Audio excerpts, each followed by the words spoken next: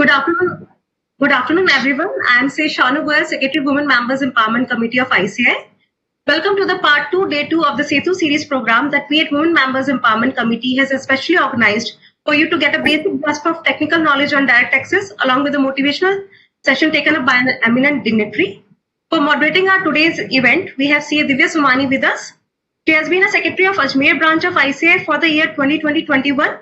And currently, she is CP Chairperson cum Executive Member of the Committee of Ajmer Branch of ICAI. Apart from being a Chartered Accountant, she is also Company Secretary and an Insolvency Professional. Over to you, Madam, for taking the proceedings ahead. Thank you, Shanu ma'am. Thank you so much for the nice introduction.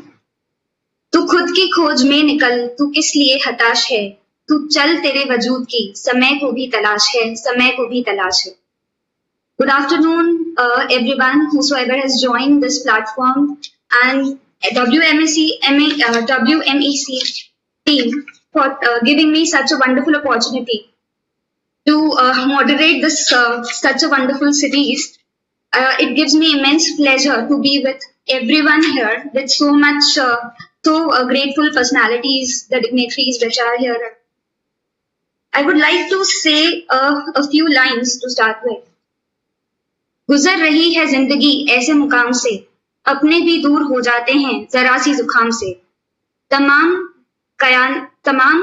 कायनात में एक कातिल बीमारी की हवा हो गई. वक्त ने कैसा सितम ढाया कि दूरियां ही दवा हो गई.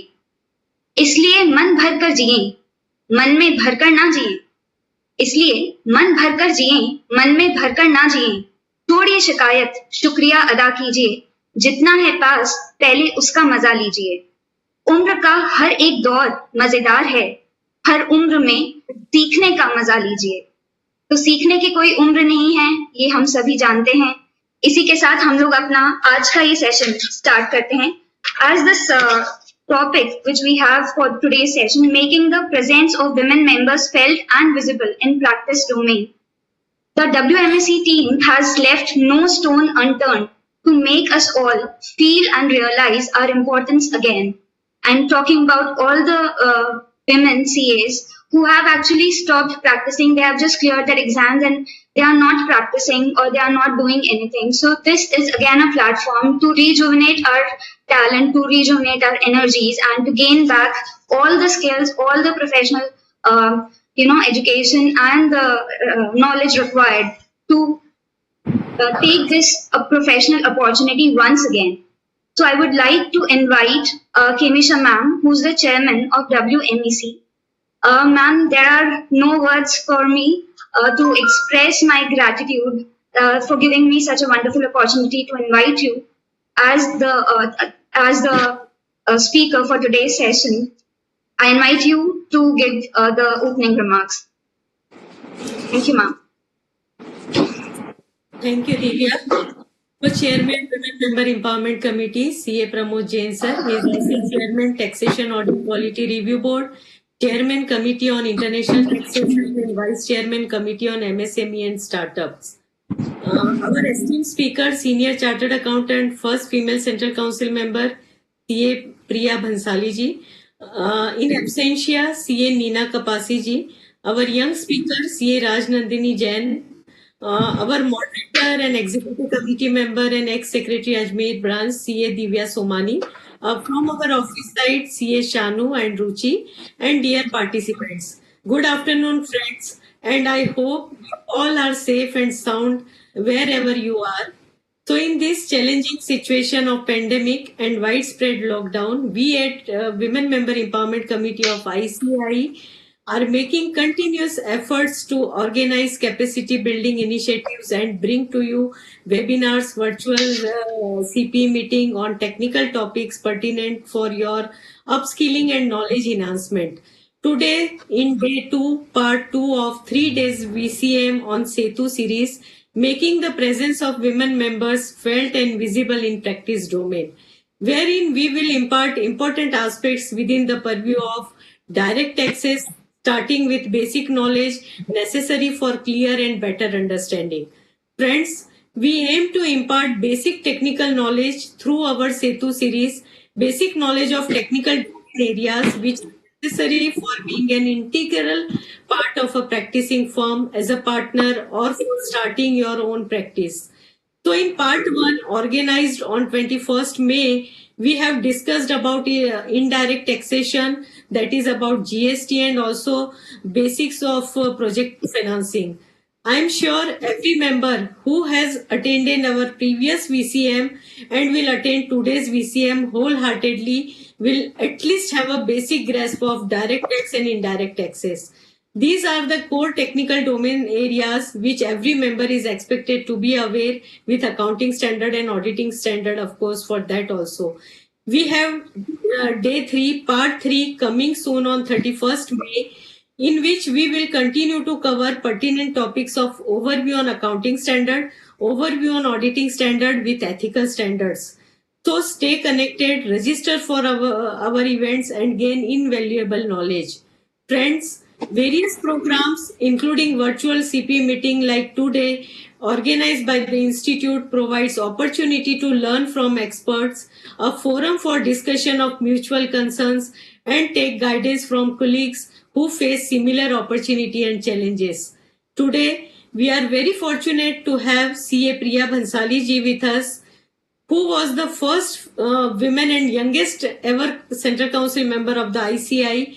Madam, I welcome you today. And just I would like to share that we were together in 2009. She was convener of women empowerment group under ICAI. So I'm sure your keynote session on being relevant and creating your own identity during difficult situation will greatly inspire our women members. I would request Priyaji also regarding that ki please share your experience at council also in professional practice also and your message for our women chartered accountant. So today we also have distinguished speaker in absentia CA Nina Kapasi ji with us, who apart from being a chartered accountant is also a law graduate. She has contributed immensely to the cause of the profession. And she has also contributed for the publication of ICAI on women independent directors. So apart from that, Nina Kapasi madam, we have young and dynamic CA Raj Nandini Jain with us, who is also a certified trainer. He has been a regular speaker on both technical as well as a non-technical topics in event organized by various branches of ICAI. I'm sure she will impart knowledge on basics of direct taxation in a very lucid and easy manner. And today we have with us our co-chairman, Women Member Empowerment Committee and Committee for the International Taxation Chairman, CA Pramod Jain sir. He will be deliberating on certain changes related to tax audit and also about the professional opportunity in direct taxation area. So dear friends, apart from the various initiatives of the ICAI, you as a professional must have the motivation and drive to learn. In your early life, consequences of your learning or not learning are just limited to our grade. So, however, in your professional life, there are far more serious and then can make all the differences in how you are valued. So, a strong ability to self-learn continuously is very important to make a positive impact and being highly valued. So, our event like today's VCM are most important tool for you to self-learn and excel professionally. So continuing with our initiative for creating awareness for professional opportunities, we will also be discussing opportunity for our women members in newer upcoming fields in our today's VCM. And today's what I have observed is a unique combination of speakers from entire country. Priya ji is from Coimbatore, Nina ji from, of course, corporate capital Mumbai. Raj Nandini ji is from Kolkata, and our moderator Divya is from Ajmer, and Pramod ji from Delhi, and myself from Indore. So today the mix of entire our country. So I'm sure our speaker for today will contribute in enlightening and enriching you by giving a basic grasp of direct taxation topic. And with this brief, I will hand over to moderator for taking the proceedings further. Thank you very much. Thank you, Kemisha ma'am, for your enlightening words. And that is really true. We have participants as well as the speakers from all over India. So it's Really a nice session. Next, I would like to invite Pramod sir, who's the Vice Chairperson of WMEC. Ma'am has already given a brief introduction about him. He's a very charming personality. He's, as usual, a very cheerful person, and he is a tax expert and an all-rounder. Sir, I would like to request you to please enlighten us with the professional opportunities available for the young CA members and also the women CAs who are not into practice as of now, but who really wish to come into this field. Please, sir, over to you. Thank you very much, Divya. Uh, uh, CA Divya Sumani from Ajmer. I just met her in one of the seminars which I had at Ajmer, so it was really nice meeting her out there when she was a secretary last year. Our first female council member and female and the first member, CA Priya Bansali ji from Coimbatore.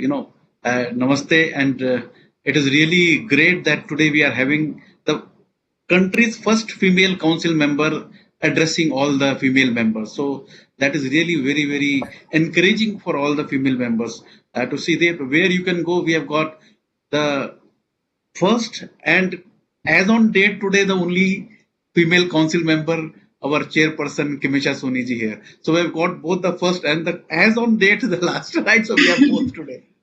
So we have got namaste to the speakers, Rajnandini ji Jain from Kolkata, and others to join, I suppose from Mumbai. She is yet to join. And our chairperson CA Kamisha Soni from Indore, who is not only the chairperson of this Women Members Empowerment Committee, but also the chairperson of the CP Directorate, CP convener of the CP Directorate of ICAI, and also the vice chairman of a very, very important committee, that is the Ethical Standards Board, not committee, but a board. The Ethical Standards Board. Last year, she was the chairman. I had the pleasure of working under her, where I learned a lot from her. And the way she has handled the Ethical Standard Board, that was really remarkable. Kamisha Ben, thank you very much for doing the tremendous job, your contribution. This SETU series, this is the second in the series.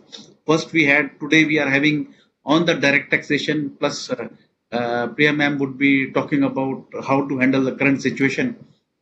So really remarkable work you are doing, Kimisha ma'am. Just to tell about the opportunities, if I talk about, wherever you see there are opportunities. The only thing is you need to grab it. You need to grab it. If I talk about income tax, I would say it can be divided into so many parts. If you talk about mere salary, if you just take salary, the number of employee assessees in the salary is the highest. So if you just specialize into what could be the best way a salaried employee can save his taxes and take care of the other transaction which is handles like future and options, so that could be a field in itself. That could be a field in itself.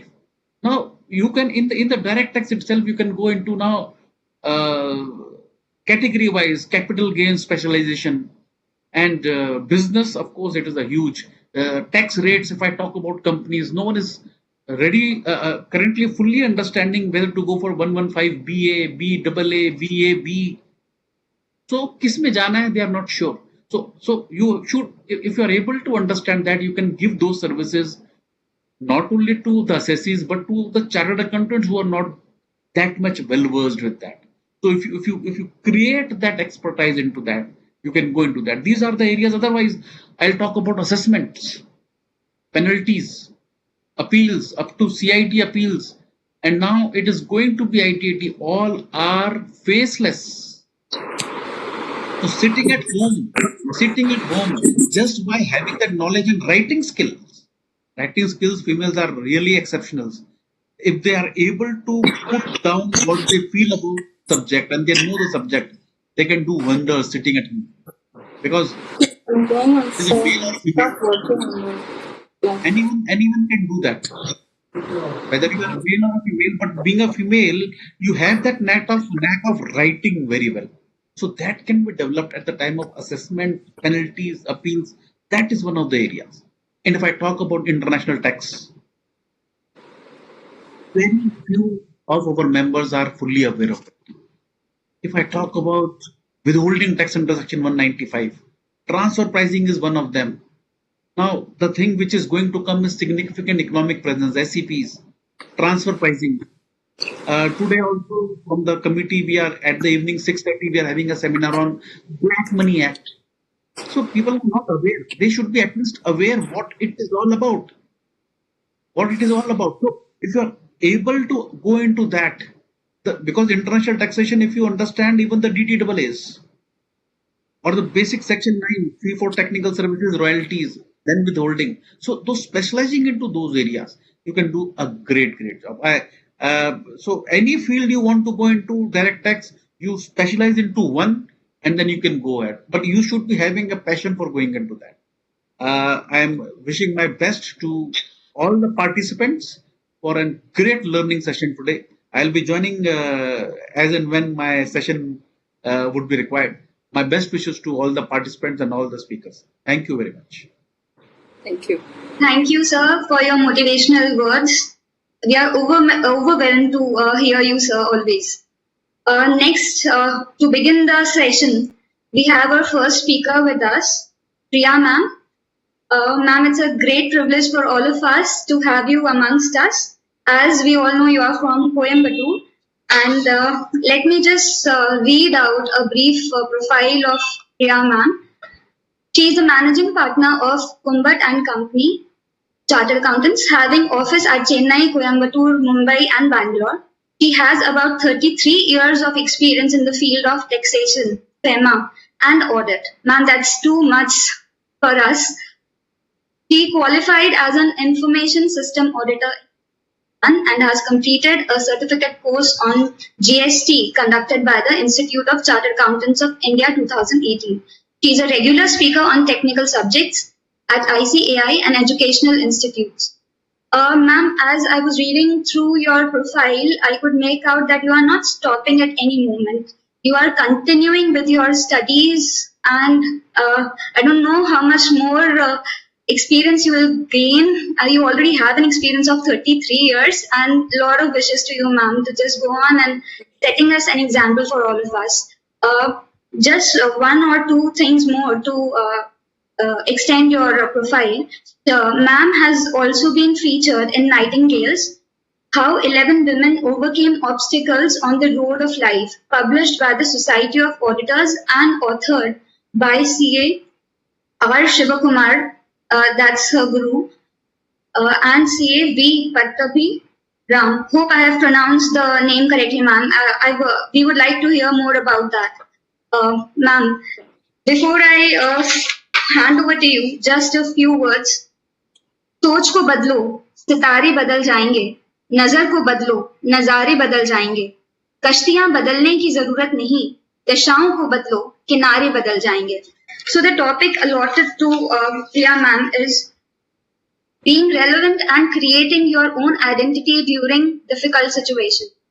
So ma'am, in this pandemic time, we would like to hear from you how to change our personality, how to adapt ourselves to suit into a better person. Over to you, ma'am.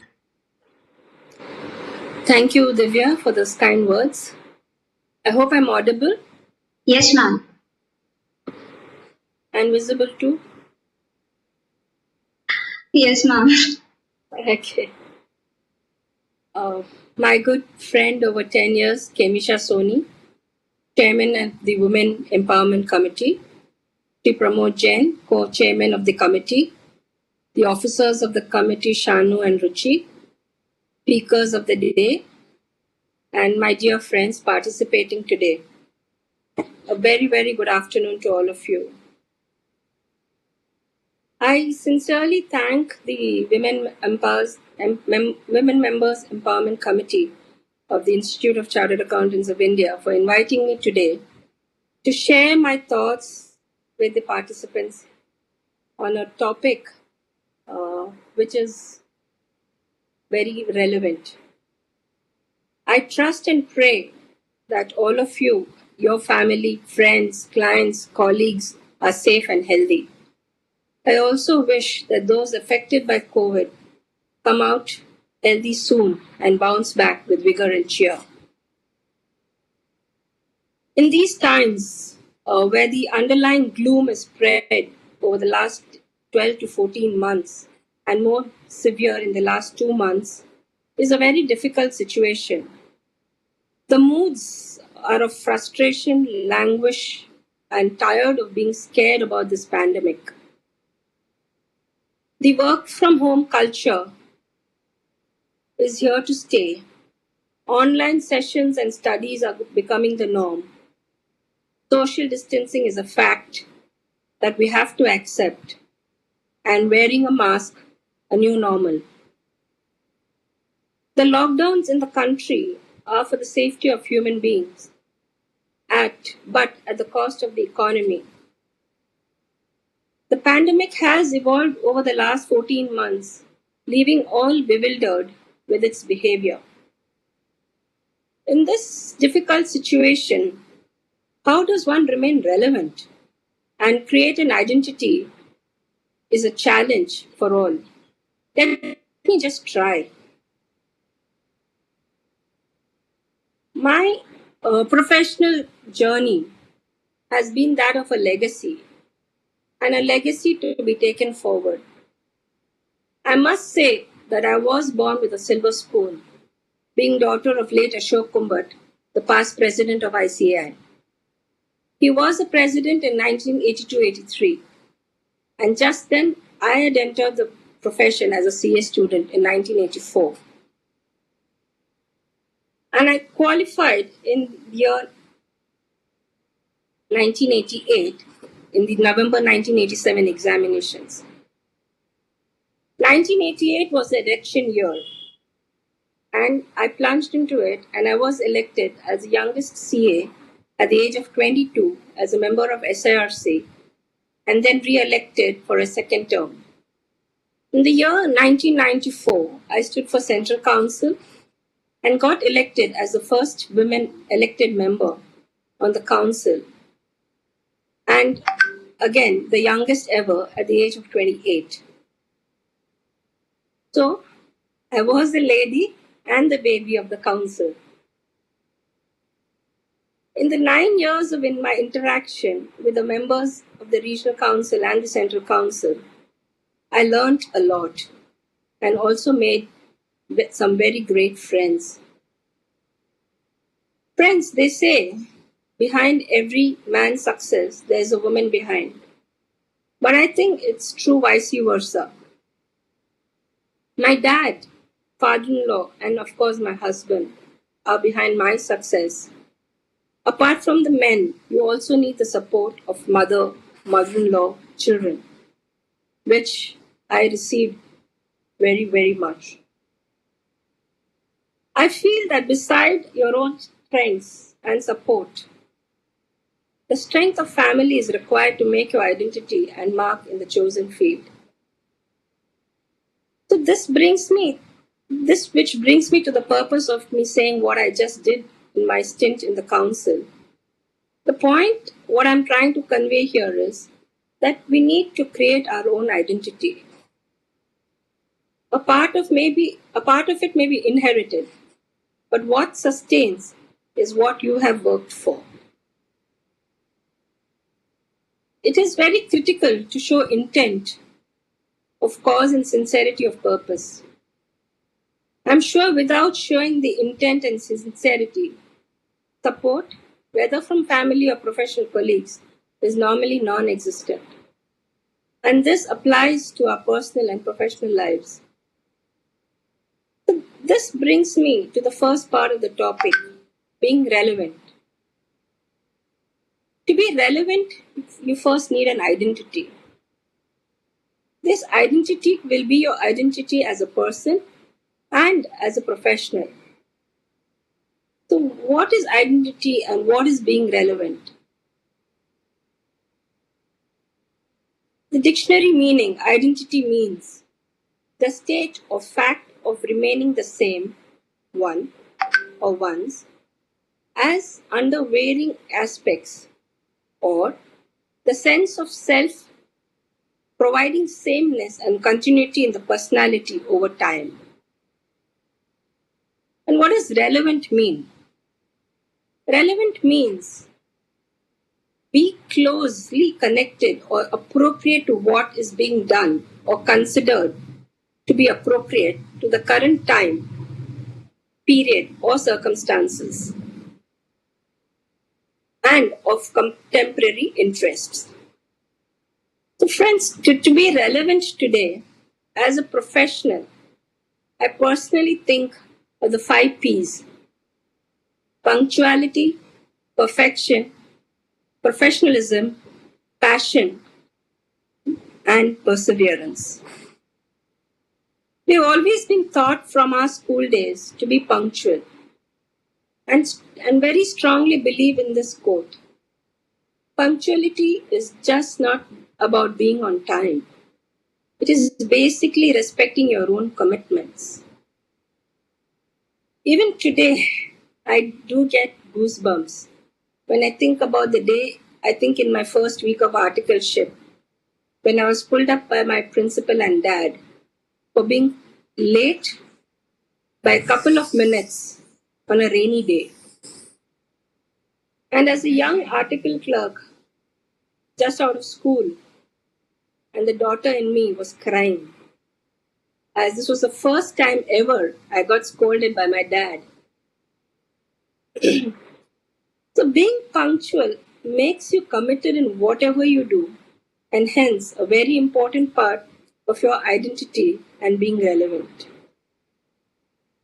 Perfection is another trait I feel is very necessary to be being relevant.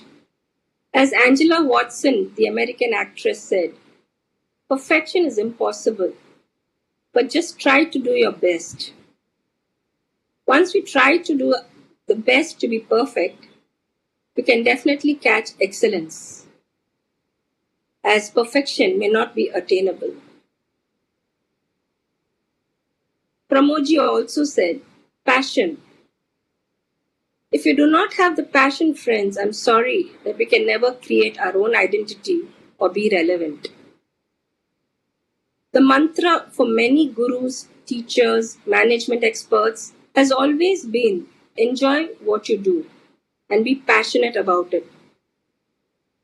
Many of us take stress of the work assigned to us and we are unable to deliver because we do not enjoy. I'm sure if you enjoy, you will deliver. And whatever you do with passion, do it with passion. Whatever you do it with passion and give your best. Whether you're in industry or in practice, being passionate will get you the best results. And this will definitely help you try to be perfect. This leads to the 4th P, the professionalism. I do not have to talk much about it to all of you. We are all professionals, and I'm sure it is ingrained in us to be a thorough professional. I would just like to quote the American novelist John Updike, who said, to be professional is to be dependable, and to be dependable is to be predictable. So do I need to say more? If you want to deliver, we cannot ignore this P, that is professionalism. Actor Sammo Hung has told this, that to survive in the film industry, he says, quote, I just have to make sure I maintain my professionalism. Finally, to be able to be punctual, passionate, perfect, and be a professional with an identity and being relevant, the 5th P, perseverance, is paramount. The constant challenges we face as an individual in our professional and personal lives, we have to persevere to learn, unlearn, relearn, as change is the only constant. Divya, I hope I've answered you. Yes, ma'am, definitely. Apart from these, I would like to say, in no particular order that may suit you, you may think of these points that I'm telling you. Know your niche. That's point number 1. Seek advice wherever necessary. Build relationships with your clients, peers, and colleagues. Set your goals, mission, and vision. That was my point number 4. Reinvent with changes around us, especially in technology. Integrate with people around you. Have hobbies that will help you de stress. Time management is very crucial. Do not procrastinate. Be grateful with what you have. Enjoy life, as the LG brand tagline goes, life is good. And maybe to some of you, exercise, yoga, and meditation. These are a few things that I just thought would be relevant to create your own identity. Talking about passion, for this, please read the women stories of 33 women CAs who have achieved laurels in their chosen field. These are bio sketches brought out by the Society of Auditors, Chennai. They have released 3 books covering 11 women CA achievers in each of them, called Nightingales 1.0, 2.0, and 3.0. These are available on Amazon, and the Kindle version is also available.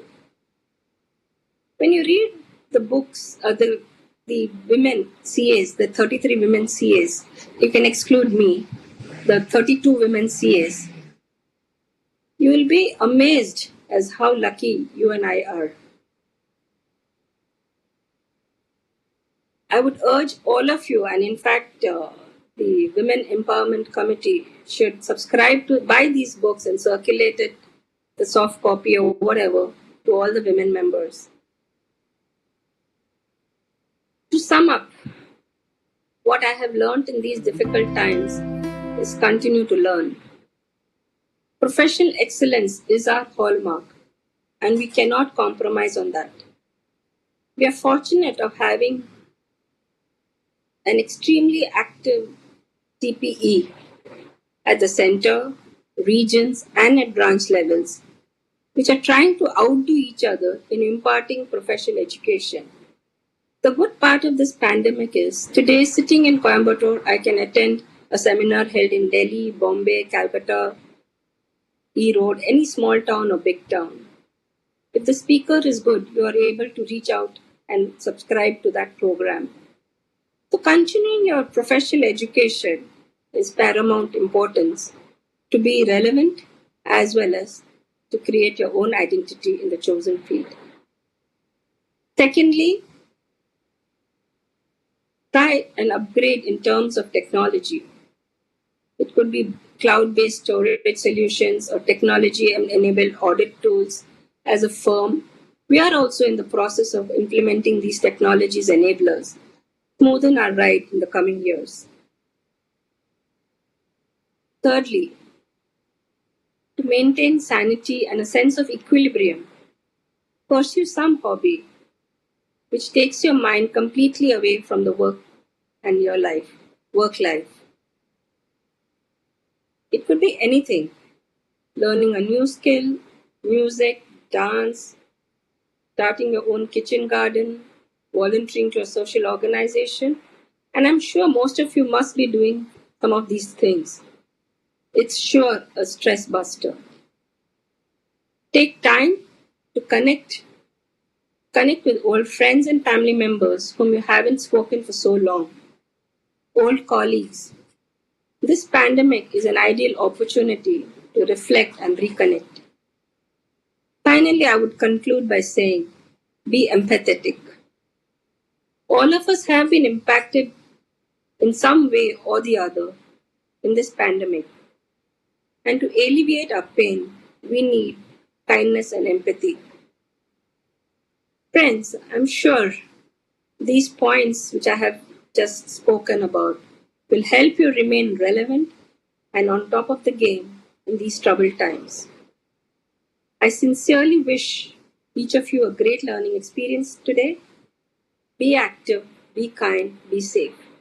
Thank you, friends. And if there are any questions, I'm willing to take on if the committee feels right, or we can wait at the end of the session. Thank you.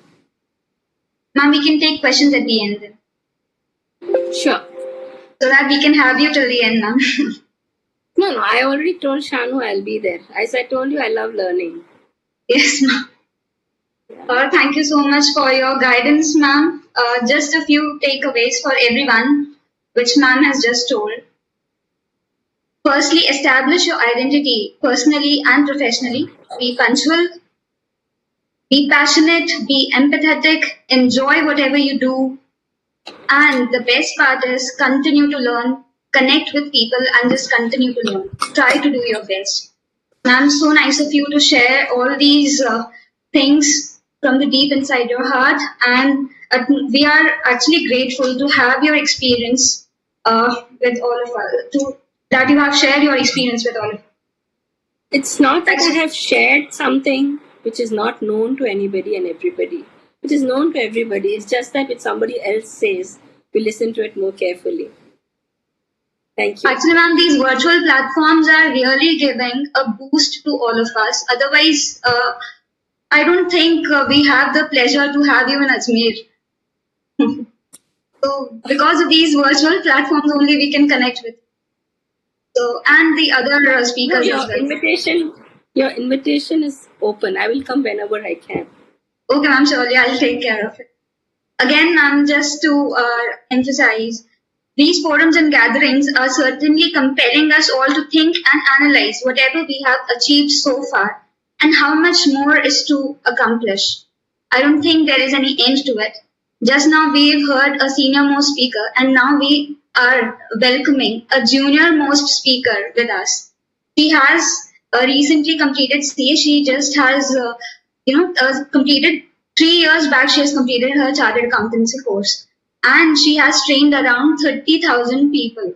And during this pandemic time, she has taken 45 training sessions all around the cities of Mumbai, Jalgaon, Nasik, you name it, and she has it all. So I welcome CA Raj Nandini. She is basically from Kolkata. So the first technical topic we have for today's session is basics of direct tax. And without any, wasting time, without any wasting of any more time, so I would just hand it over to Raj Nandini for just giving us her brief. Thank you. Thank you so much, Divya, for such a kind introduction of mine. No, ma'am, you deserve that, please. Yeah, a very good afternoon to one and all. So I'm really thankful to the Women's Empowerment Program that it is coming up with great ideas and giving the platform for women to speak and to come ahead in their professional as well as in any personal ways also. I'm really thankful to Kemisha ma'am, to Priya Bansali ma'am, to Shanu Goel ma'am, whom I'm troubling from many days, to Ruchi Gupta ma'am, to Pramod sir, obviously, and to all the speakers for today. I'm really happy that I've got this opportunity and I want to make best out of it.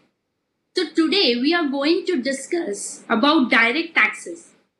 So before discussing, I know we all are chartered accountants, but I want to take it from the basics itself. Direct tax. What do you mean by direct tax? It is something which is paid directly from the pocket. So it is called as direct tax. It means I am earning money and I will have to pay tax out of it, and so it is called as direct tax. But there is a big question mark. I am earning money, why should I pay any kind of tax? I am earning, I am making efforts, why I should pay the tax? But the thing is, government is providing us various services, roads to travel on, railways, police offices, police officers, and many other services too, government hospitals and etc. So obviously government needs some kind of revenue to run all these things smoothly.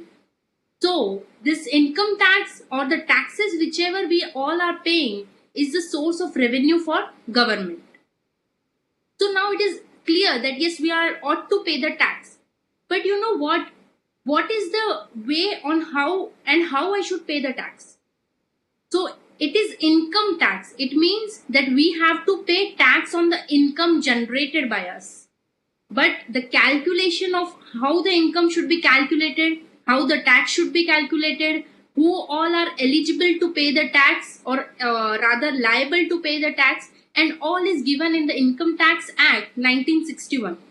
So let's go into the sections. Let's understand from the basics and let us clarify all our basic concepts today, that what is income, what is assessee, what is computation of total income, and etc. So I'm just sharing the PPT so that things will be more clear to you.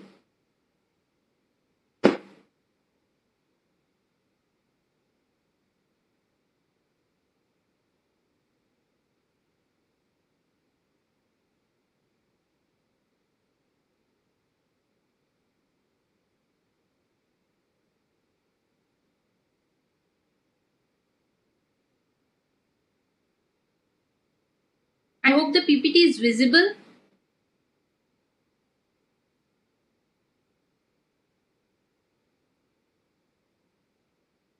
Yes, it's Yes, ma'am, it's visible, but the size is very small. Yes. You can enlarge it. If you could just make it to the full screen.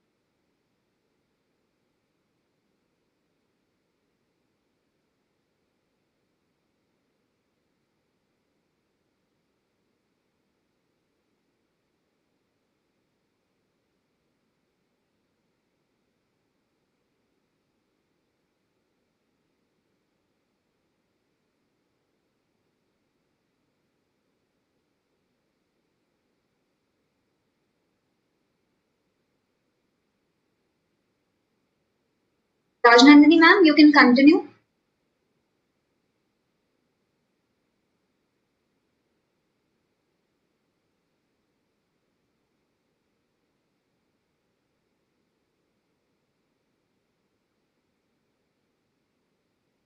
And are you able to listen us?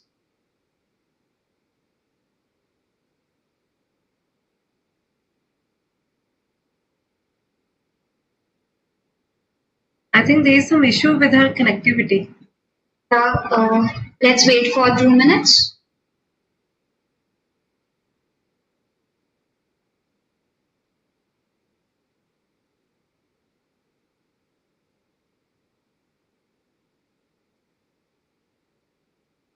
Maybe she is joining from her laptop also for the better screen sharing purpose.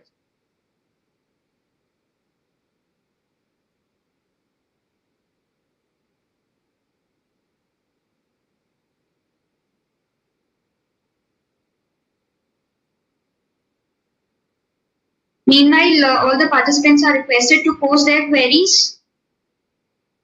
We will take the queries at the end of the session.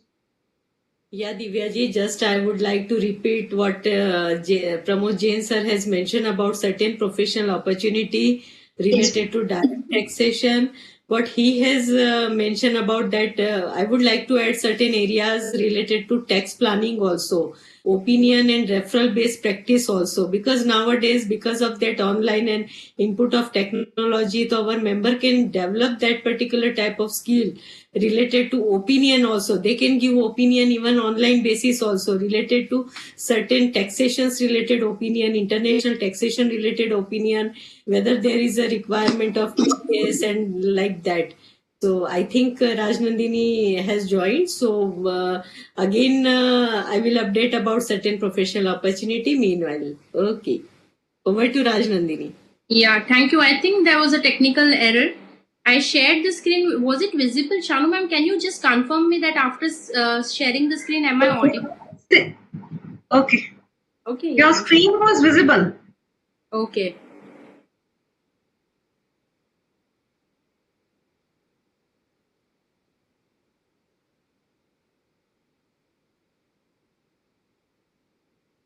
Am I audible, ma'am?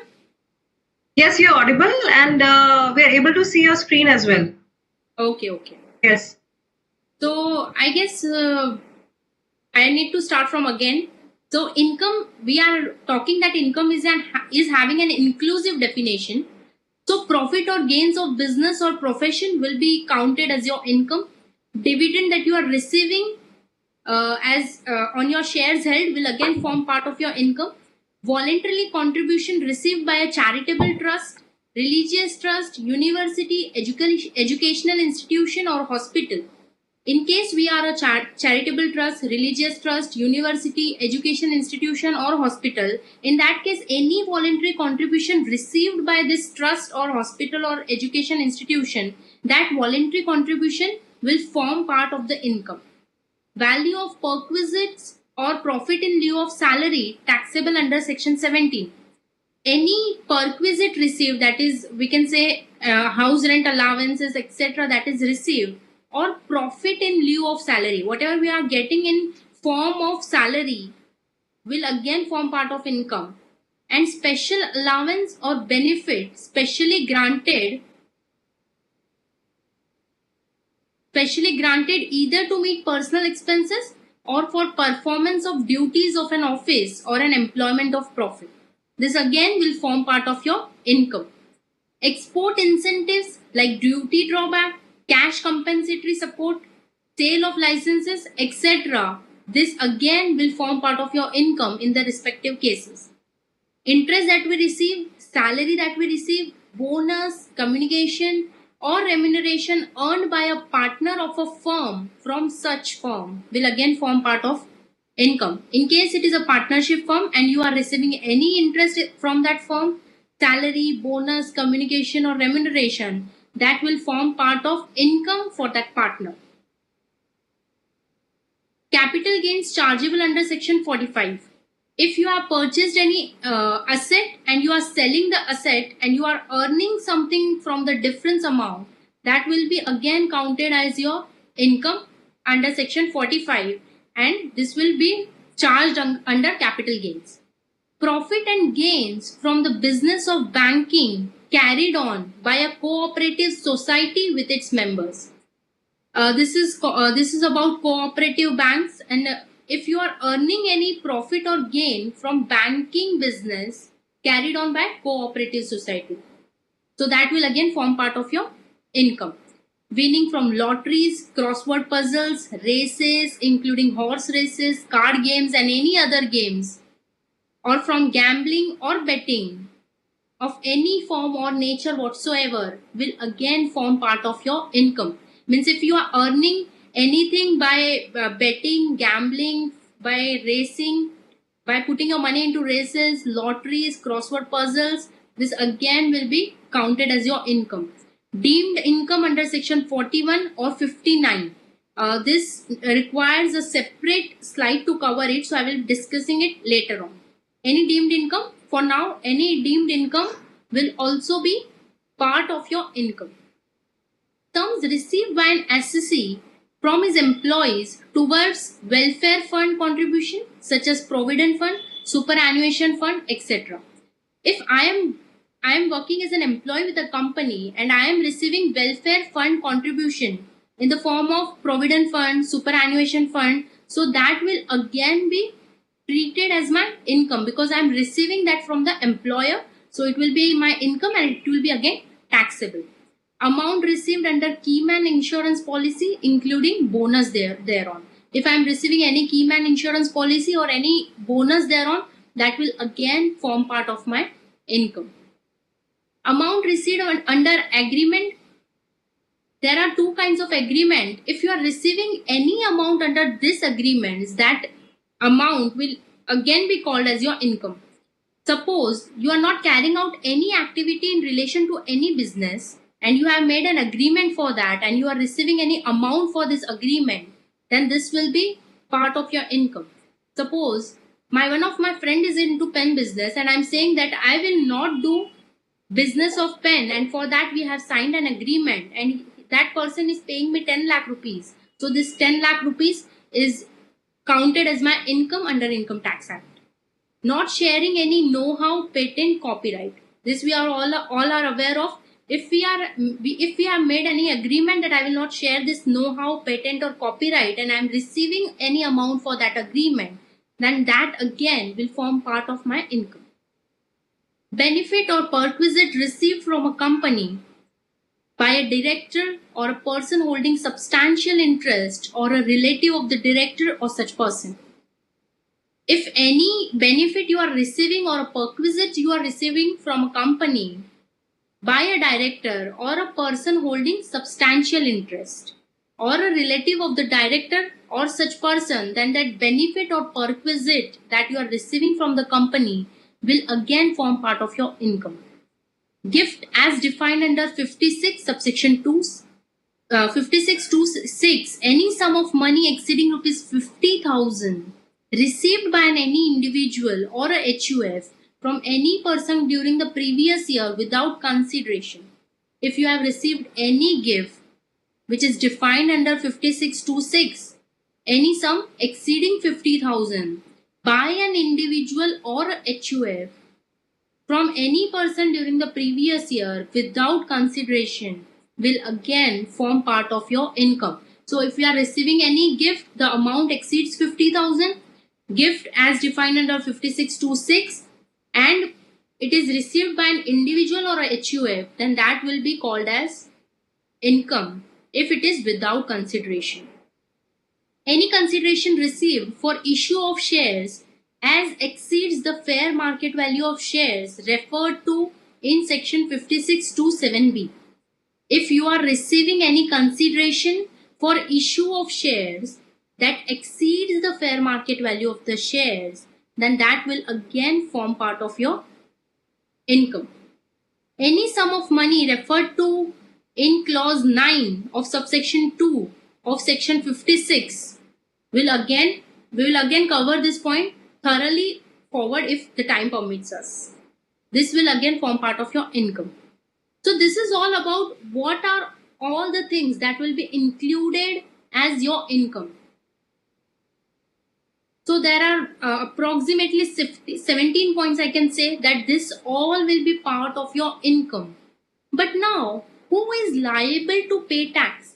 Let's move ahead to this, that we have understood that what is income. Whatever we are earning from business, from salary, whatever we are getting salary, dividends, any voluntary contributions we are getting, gifts we are receiving, we are earning from gambling, etc. That all will form part of my income. But yes, this is all my income. But am I the person who is liable to pay tax? So there is a definition called assessee where we understand who is liable to pay the tax. As per section 2 subsection 7 of the Act, assessee means a person. Here it is told person because person is separately defined in Income Tax Act where it covers all streams of individual AOP etc. We'll be covering it in future slide. So assessee means a person by whom any tax or any other sum of money is payable under the Act. So assessee means a person by whom any tax or any other sum of money is payable under the Act and includes every person in respect of whom any proceeding under this Act has been taken for the assessment of his income or assessment of fringe benefits or for the income of any other person in respect of which he is assessable or to determine the loss sustained by him or by such other person or to determine the amount of refund due to him or to such other person. First of all, it is very clear that assessee is a person by whom any tax or any sum of money, that is interest or penalty, is payable under the Act. And now this assessee includes Every person in respect of whom any proceeding, if there is any proceeding that has taken place in respect of some person, then that person is liable to pay tax. Now, these proceedings can be for many things, like for his income or assessment of fringe benefits, or for income of any other person in respect of which he is assessable, or to determine the loss. If he is committing that he has sustained some loss, then yes, we have to determine, and then that person is called an assessee here, or other person, or to determine the amount of refund. If that person is, if you are claiming some refund, then also you will be called as a assessee,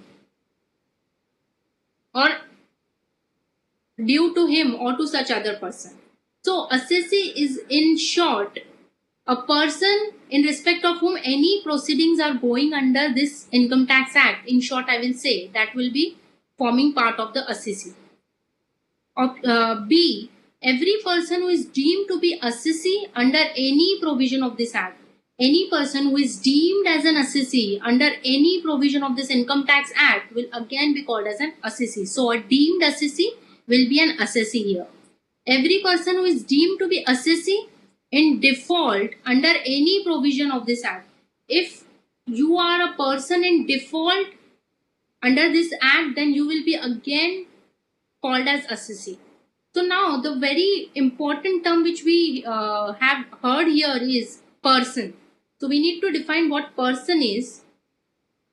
So a person, we have told that assessee is a person. So what person actually means? Now again, person's definition is an inclusive definition. Section 2, subsection 31, person includes an individual. Means any individual who is carrying out business or running any profession will fall under person. That means he is known as assessee. Any Hindu undivided family will again be called as person. It means it is again assessee. Any company, a firm, association of firm, body of individual, whether incorporated or not, a local authority, every artificial jurisdictional person not falling within any of the above categories. Means in short, all whatever form of a persons are, that is individual, HUF, company, firm, AOP, BOI, local authorities, this all are included. And in the last line, it summarizes that every artificial judicial person not falling within any of the above categories will fall here.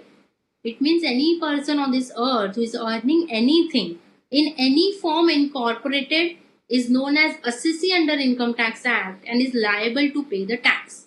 I hope you are clear with this definition.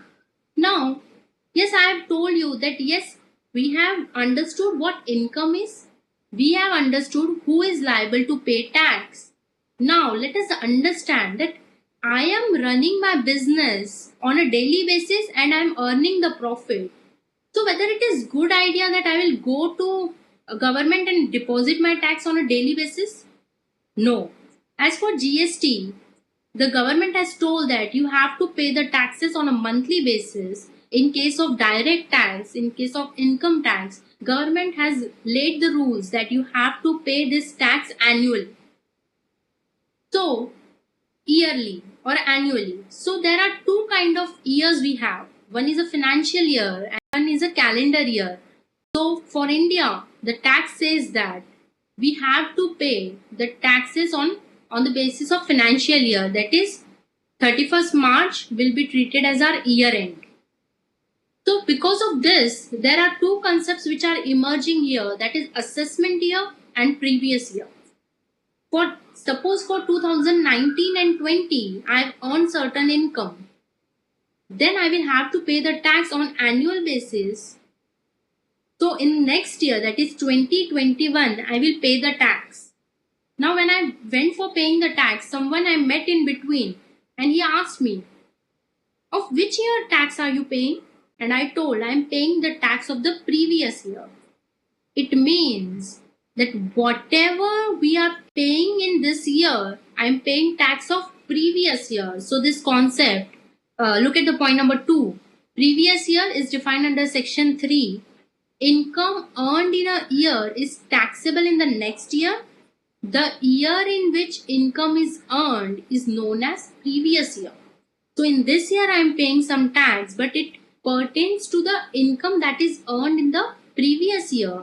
So the income tax of which we are paying currently is the tax of previous year. So it is called as previous year. From the assessment year 1989-90 onwards, all the assesses required to follow financial year as previous year.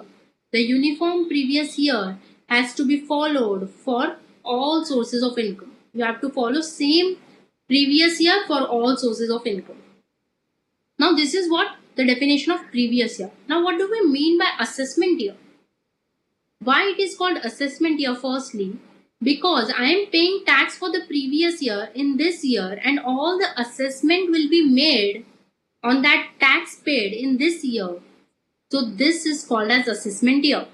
Assessment year means the period of 12 months commencing on 1st April every year and ending on 31st March of the next year. Income of previous year of an assessee is taxed during the following assessment year at the rate prescribed by the relevant Finance Act. So we are clear with the terms here, what is previous year and what is the assessment year. Let's move ahead. Now I said that income tax is computed on the total income of the previous year of every person. Now we know the definition of income. Now we know the definition of person. We are yet to understand what total income is. We will be doing it in further slides. Income tax is computed on the total income of the previous year of every person in the assessment year. However, there are 5 exceptions to this. For example, if I am a non-resident, I have earned something in this year, and this year itself I am going back to my country of residence, then government is saying that you will have to pay the tax in the previous year only. So there are 5 exceptions that tax computed on the total income of the previous year is to be paid in the assessment year only. We have 5 exceptions. What are the exceptions? Assessments of non-residents in respect of their income from shipping business. If you are a non-resident and you are having income from shipping business, then you will have to pay the tax in the same year. Assessments of persons living in India. I have earned income in India and now I am going out of India and settling there, so I will have to pay tax in this year itself. Assessment of associations of persons or body of individual or artificial jurisdictional person formed for a particular event or purpose. Suppose for a particular year, event we have formed AOP, BOI, and now we will be getting it. What we'll say that we have formed it for purpose and that purpose is attained. So that in that case you will have to pay the tax in the same previous year.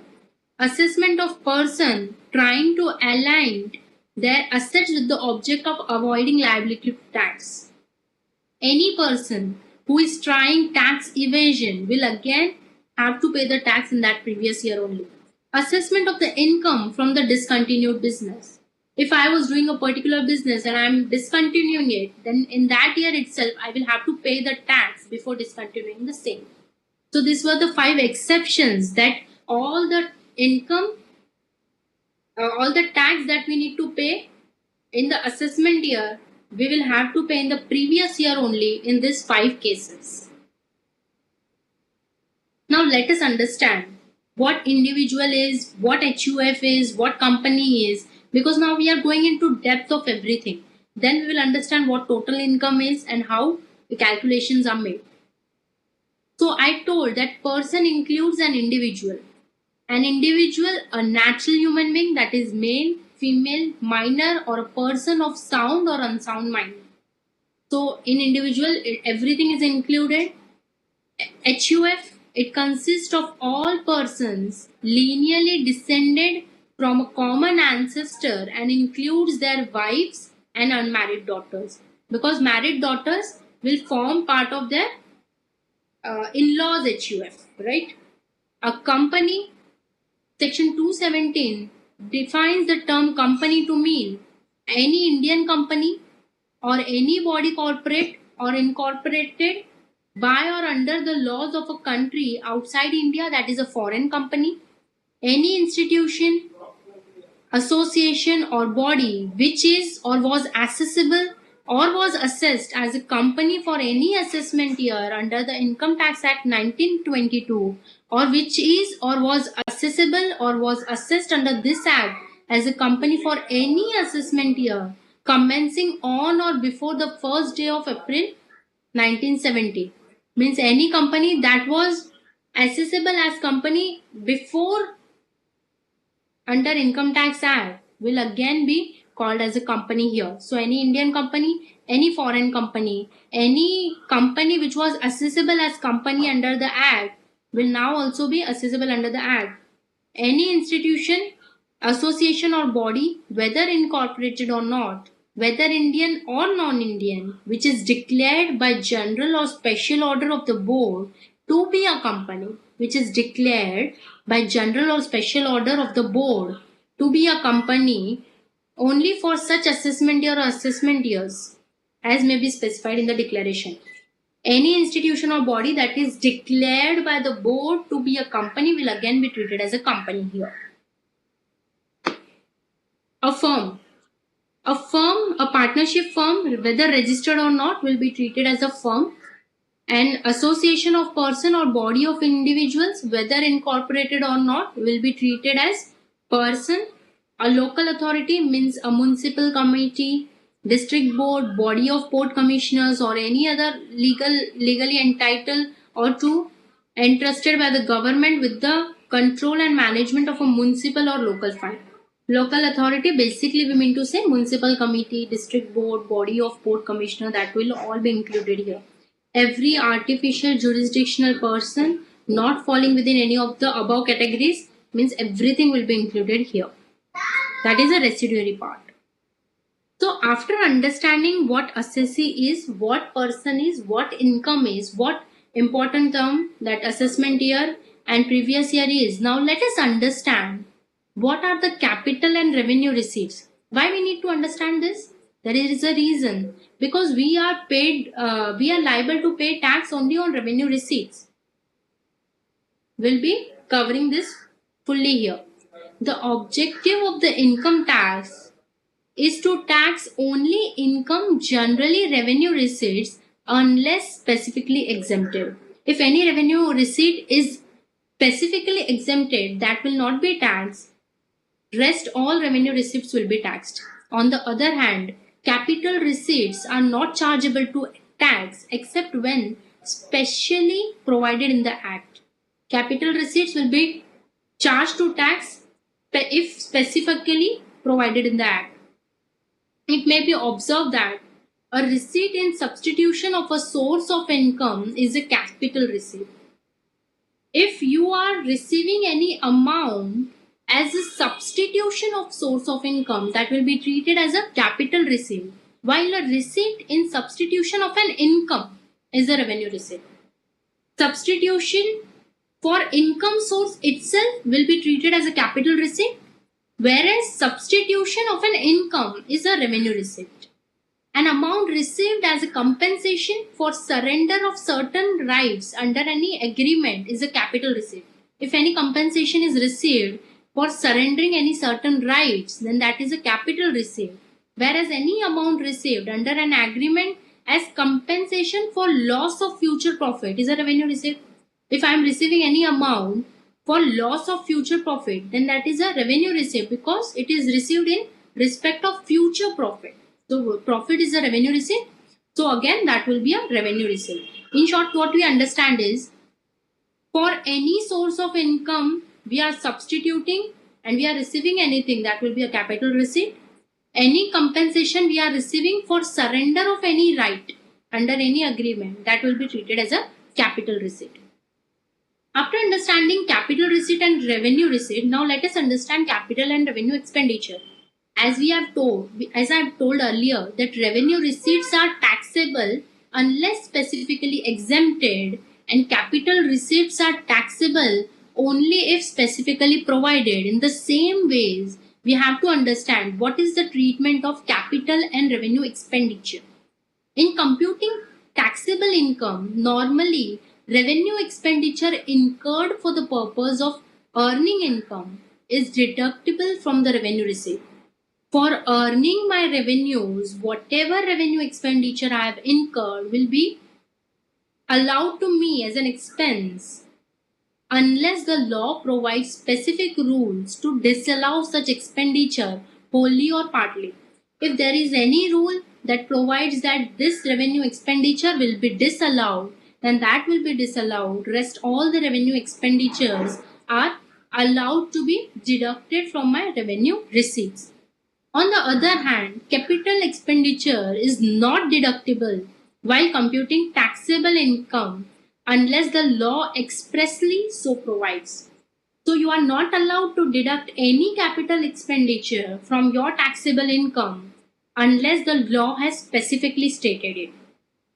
Neither the capital expenditure nor revenue expenditure has been defined in the Act. The main thing is that neither capital expenditure nor revenue expenditure has been defined in the Act.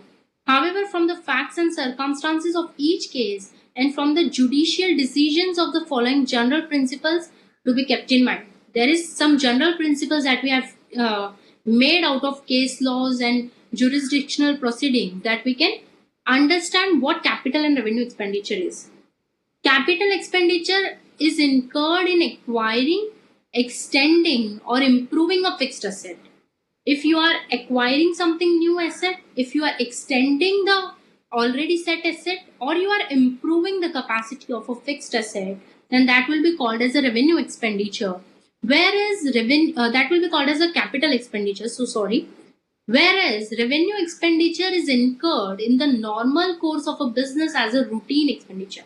Whatever you are doing for the routine of your business will be a revenue expenditure. Whatever you are doing for improving the capacity or extending it or acquiring something new will be treated as a capital expenditure. Capital expenditure incurred for enduring benefits, whereas revenue expenditure is consumed within a previous year. Capital expenditure, have purchased any asset, it will be having impact on all the say 5 to 10 years. Whereas revenue expenditure incurred will have benefit only for this previous year.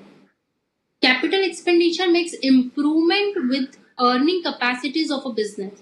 Suppose I was having a plant capacity of 100 units and now I have installed a plant which is having a capacity of 200 units. So obviously my earning capacity has also increased. So this is a capital expenditure. Whereas revenue expenditure maintains the profit making capacity of a business. Whereas I have made an expenditure so that the plant can work smoothly. So this is only a revenue expenditure because I will be making profit only on 100 units again. Capital expenditure is a non-recurring expenditure. I mean to say, we will not be doing it on a every yearly basis. Whereas revenue expenditure is normally a recurring one that we will be doing on a continuous basis. So it is important. So I hope you are getting the point why we need to understand what are the capital receipts and revenue receipts and what is capital expenditure and revenue expenditure.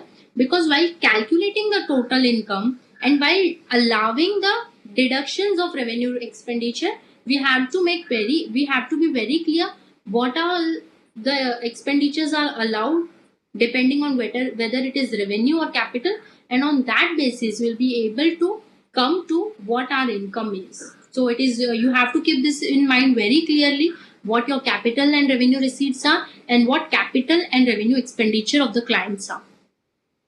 So now moving ahead, we are trying to understand here how we have to calculate taxable income and tax liability of an assessee. First of all, we have understood what a person is, what income is, what capital receipts and revenue receipts are and expenditures are. So now understand that I have told that yes, every individual is liable to pay the tax. Suppose one person is living in America and is earning income there. So is that person also liable to pay tax under Indian government? So obviously the answer is no. It will be a bit injustice. So there is a concept we have to understand residential status of the person. Firstly, we'll have to understand whether that person is a resident or a non-resident. And then on that basis, we'll have to see whether he is liable to pay the tax or not. Due to time constraint, maybe I will not be able to cover what is as it is having its own definition. But the first step before deciding what is the tax liability and taxable income of any person, we have to understand, is that person a resident person or a non-resident?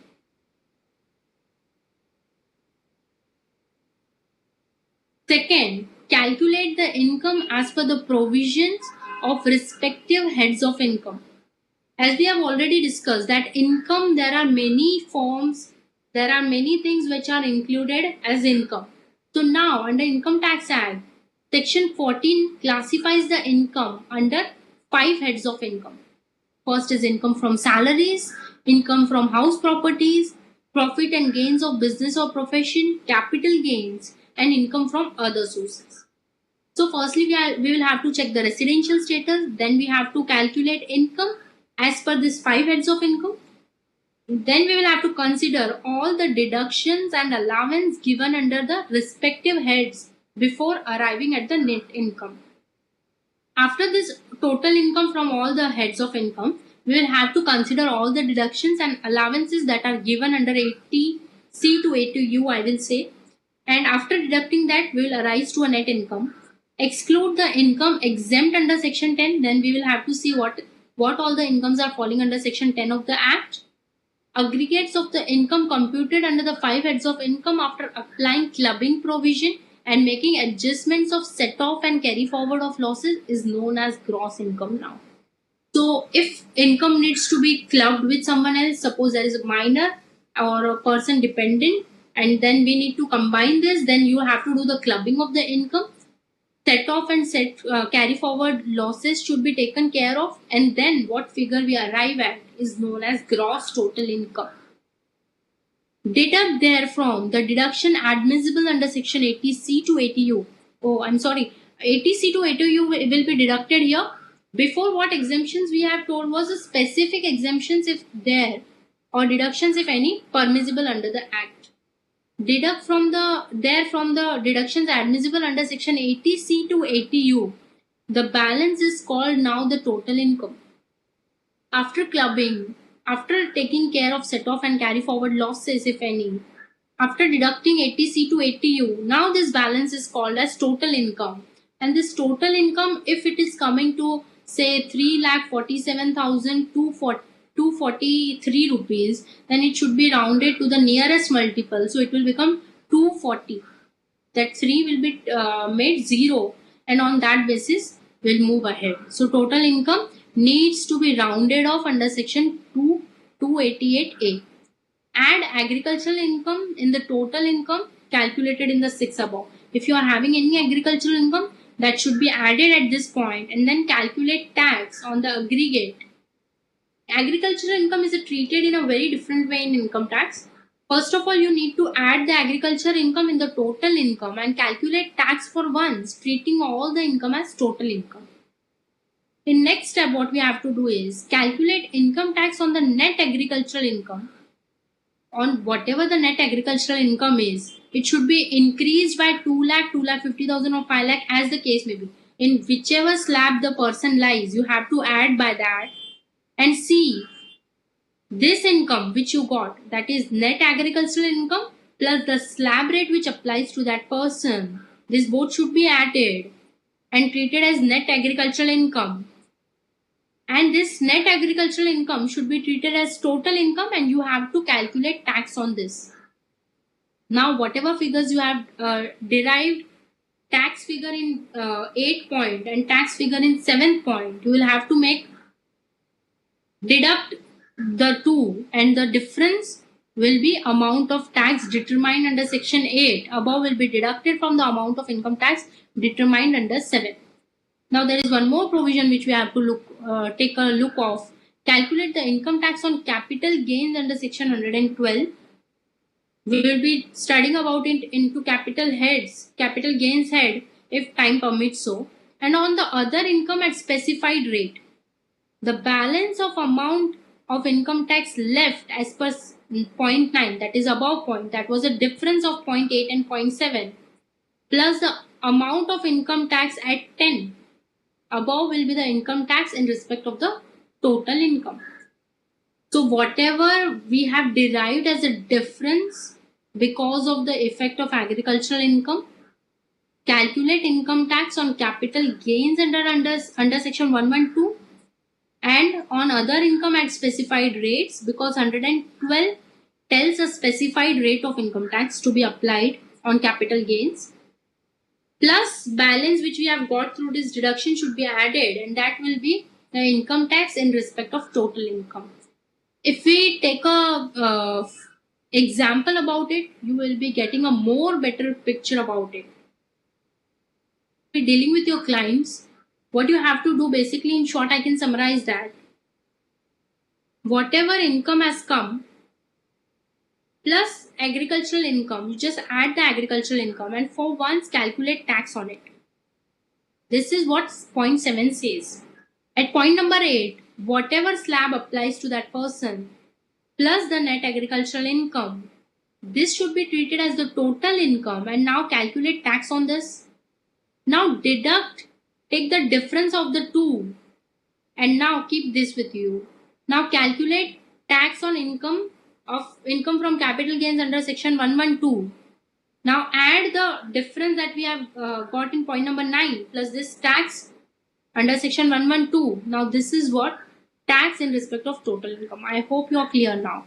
The balance of amount of income tax left as per 9 above plus the amount of income tax at 10, that is under section 112 above, will be the income tax in respect of the total income. Now we have received income tax in respect of the total income. Now what are the deductions?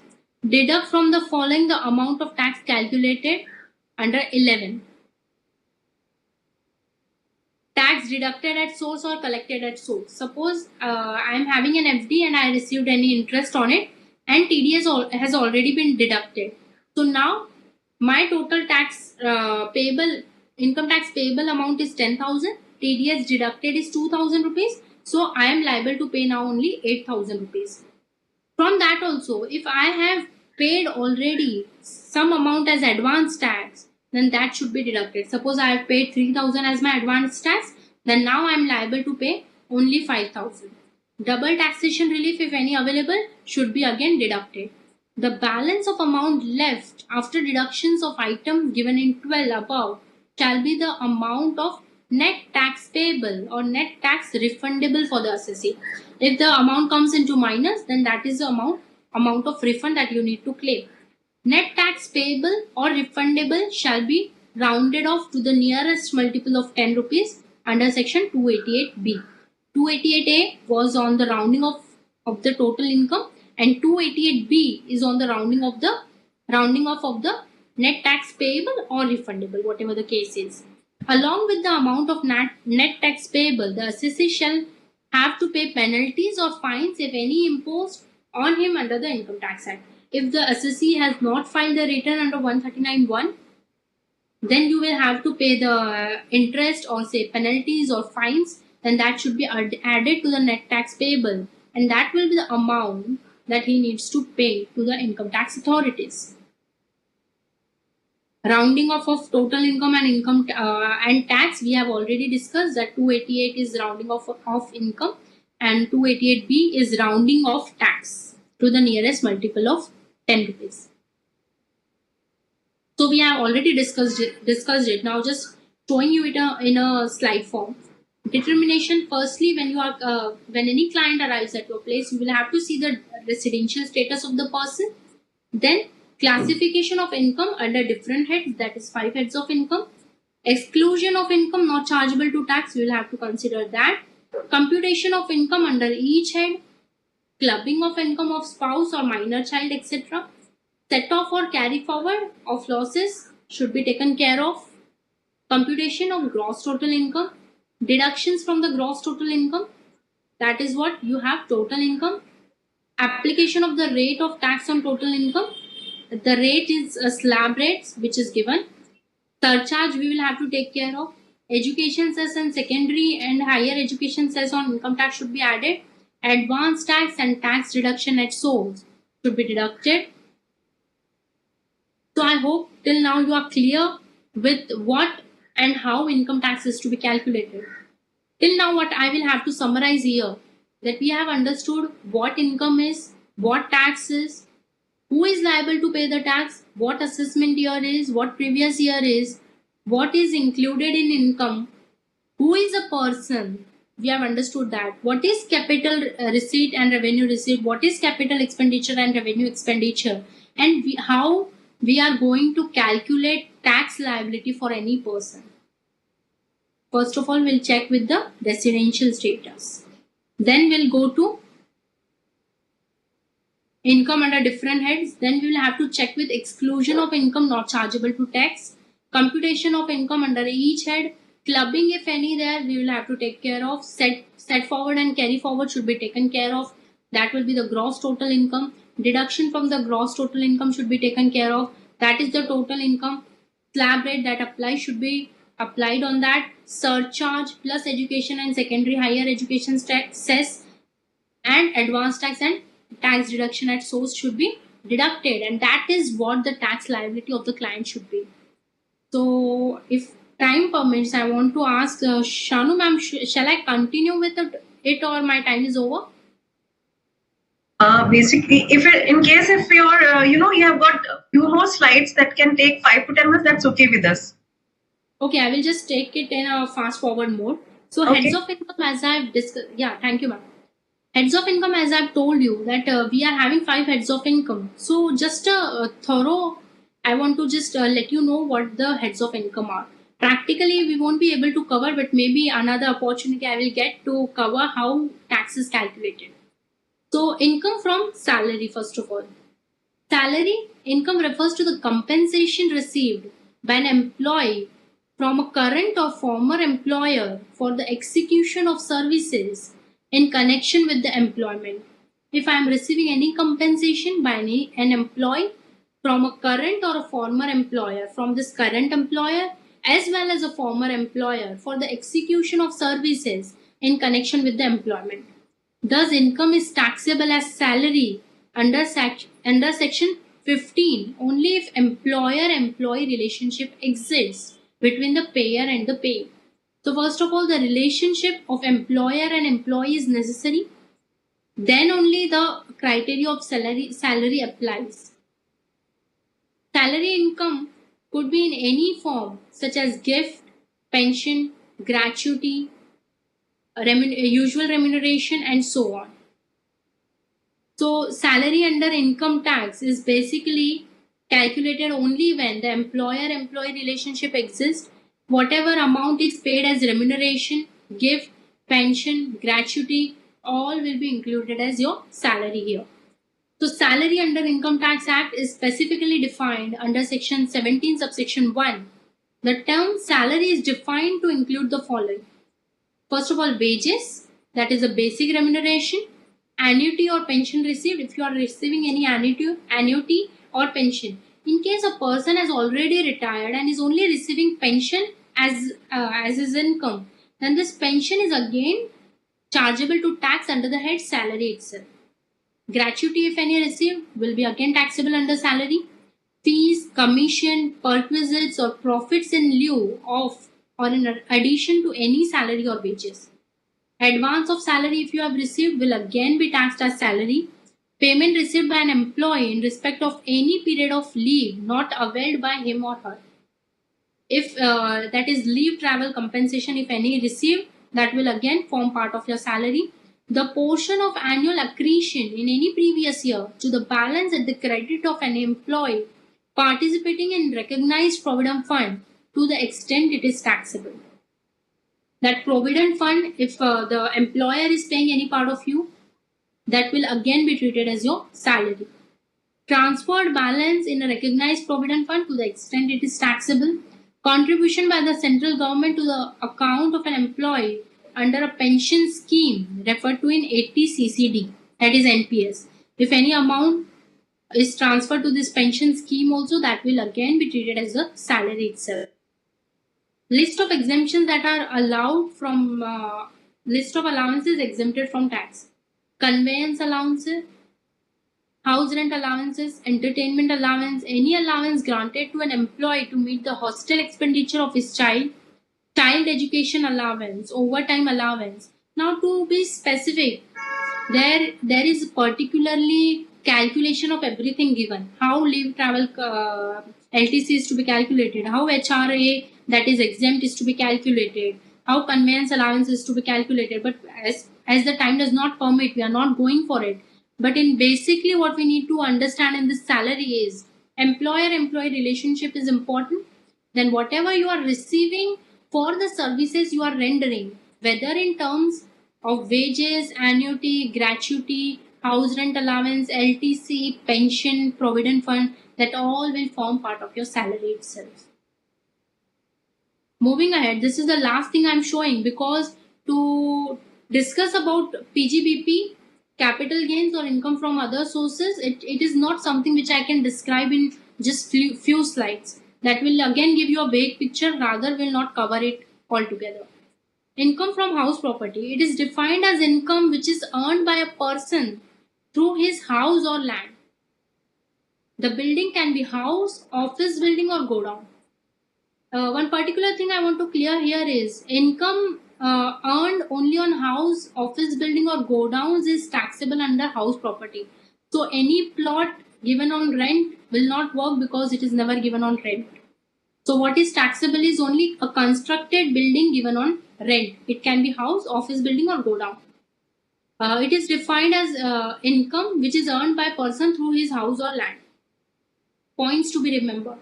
Assessee should be owner of the property. If I am owning the property and I have given on rent to a person, then that will form part of my income from house property. Should not be used for the business or profession. If I am using the property I am having for my own business or profession, then it cannot be said that whatever rent that organization is paying to me, that sole proprietorship is paying to me, is income from house property. No, it is not. In case of dispute regarding title, tax is based on annual value. So now how income from house property is to be calculated? On the basis of GAV. In short, I will tell you.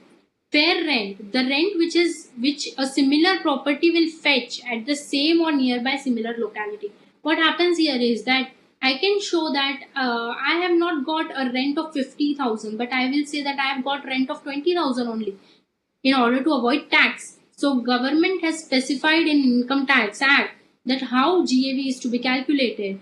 So a similar property, what rent that property would fetch, that will be taken as the fair rent. Municipal rent, the value fixed by a municipal or local authority, will be taken as fair municipal rent. So fair rent or municipal rent, whichever is higher, is taken as my annual value. Fair rent is what any other property in the same locality will fetch, and municipal rent is what anything that is fixed by municipal or local authority. So higher of this will be taken as consideration in order to take catch of people who are trying for tax evasion. Standard rent, which a owner can claim maximum from his tenant. And what is actual rent? Actual rent for which property has been let out. Standard rent is a rent that is maximum a tenant can claim, and actual rent, that is what actually I have received. Standard rent or actual rent, whichever is lesser, shall be taken into consideration. So income from house property is again a vast concept, but for just what I'll say thorough understanding, I have given you some concepts. Maybe in future we'll be able to discuss on and take practical aspects. Direct tax is something that we will have to read about the sections. We'll have to take like income includes, and then we have to take a practical example on it. Maybe in future we'll be able to do it. But whatever we have learned through this slide, I will be sharing the PPT.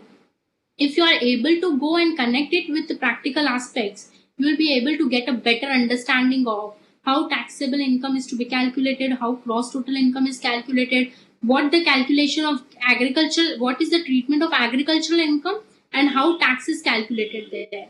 What are the deductions to be deducted, how TDS is to be deducted, how cess is to be calculated, and that all you will be getting a clear picture if you go through a practical aspect. So I hope that you have understood little bit about the income tax today.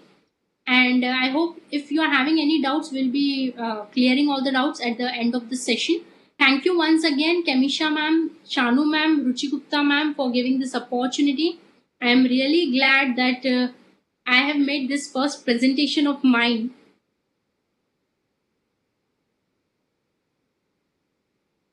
Thank you so much. Now you can go ahead with the rest of the speakers, as yes, I'm waiting to hear something more valuable from their parts too. Thank you, Rajnandini ma'am. It was so nice of you. Actually, you have refreshed our income tax knowledge and given us a very quick revision. You have taken us back to our good old days when we used to study income tax. I was actually imagining my first or second day of tax class when you were teaching us the definitions and the heads of income and everything. And it was really very nice, ma'am. It's really very difficult to justify such a lengthy topic in such a short time. So it's very much understood that everything could not be covered. And without wasting any more time, we have our next speaker, another technical session. I think every one of you must have now got a fair idea what income tax basics are all about. You all know that, but still, as the process goes, the basics we have done, and now besides being a student, now let's get to the practical aspect. Now we are into the age that we have become a chartered accountant, and what are the practical intricacies of this income tax? The new scenario is of faceless appeals and assessments.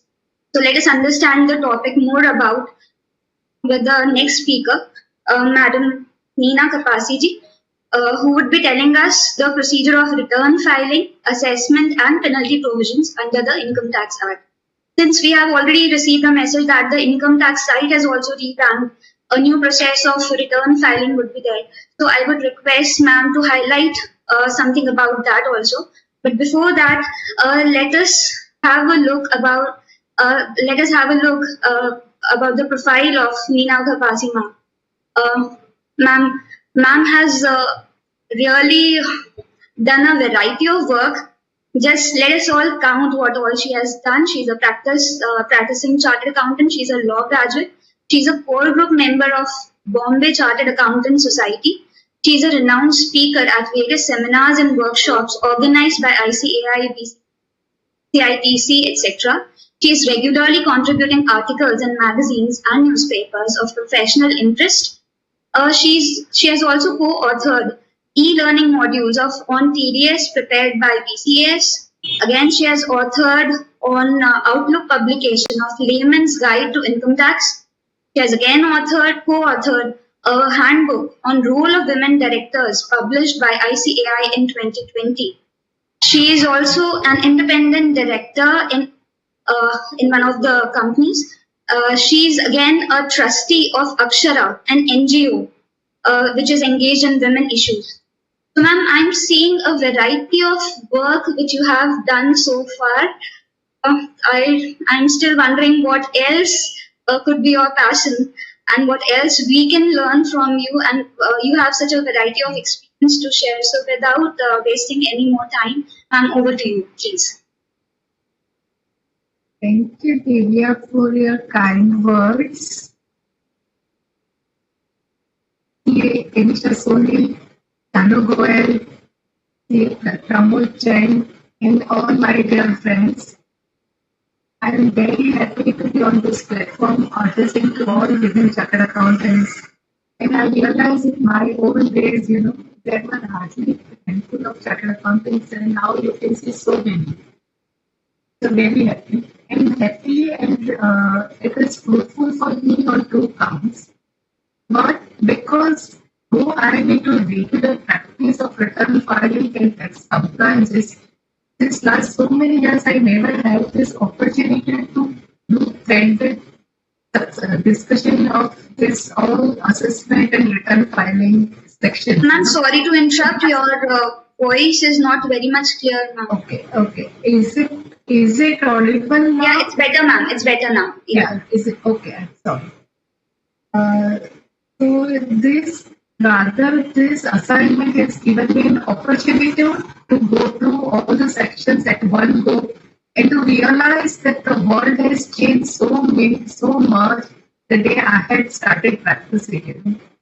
And secondly, like so many chartered accountants on the other side, I had also taken a backseat for many years due to our other obligations. And now I feel it is my duty to handhold others like the way others had handled me. So thanks for this opportunity. Thank you for this. Now just help me how to share this my PPT. My PPT is there, but how do shall I start? Will it open? Ma'am, you need to, click on share screen. There might be a Okay. tab. Where it is shared screen? If you take your cursor or your mouse, Yeah. to the top of the screen, I got it. it's share screen. Yeah, I got it. You need to open your PPT in the background, ma'am. Hold on. Normally I do it somehow today. I'm just. Can you see this? Is it visible? No, ma'am. Screen is visible? No. No.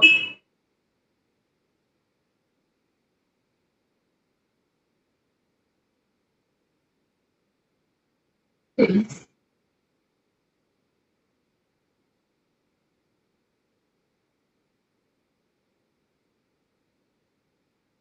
I click on share. Am I right?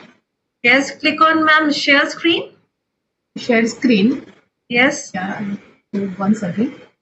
I'll click on share screen. And Then you will have what? to locate your Sorry? PPT. Yeah. PPT is on desktop.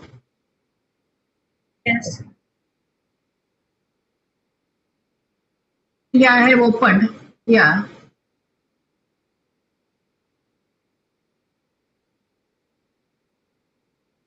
On PPT, I've already clicked.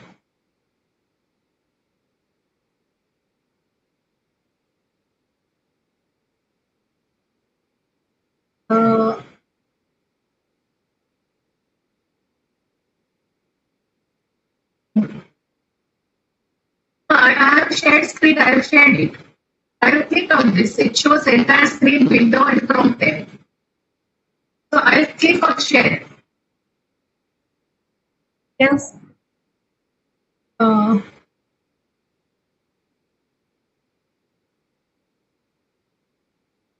we do like this? I'm not able to do it. Can you give me 10 minutes? I call someone and get it done.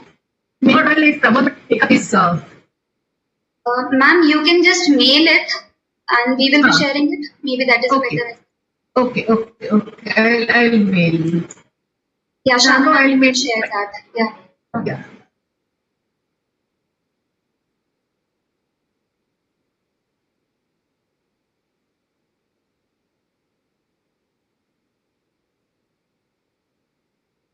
So, dear members, meanwhile, I would like to share certain other professional opportunity and related to direct taxation in practice. So, dear members, we can even bifurcate our practice basically in two parts. One is related to compliance part, related to filing and related to TDS filing, income tax return filing, companies act return companies return filing. And second part we can develop in the form of development of our expertise. So we can develop any area related to direct tax in as an expert area.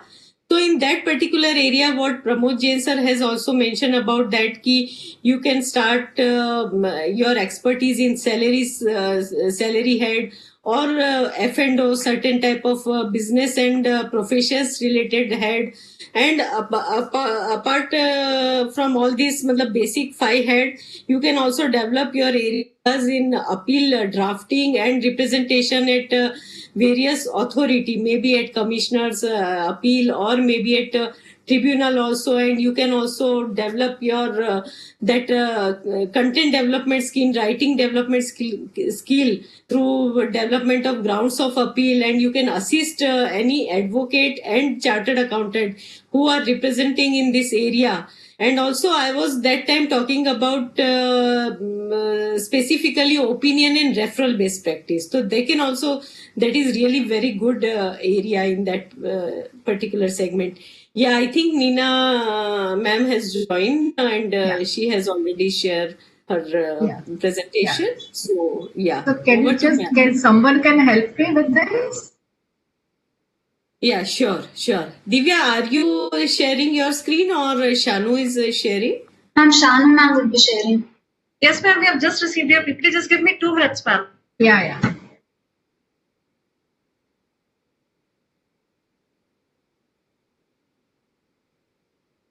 You can start.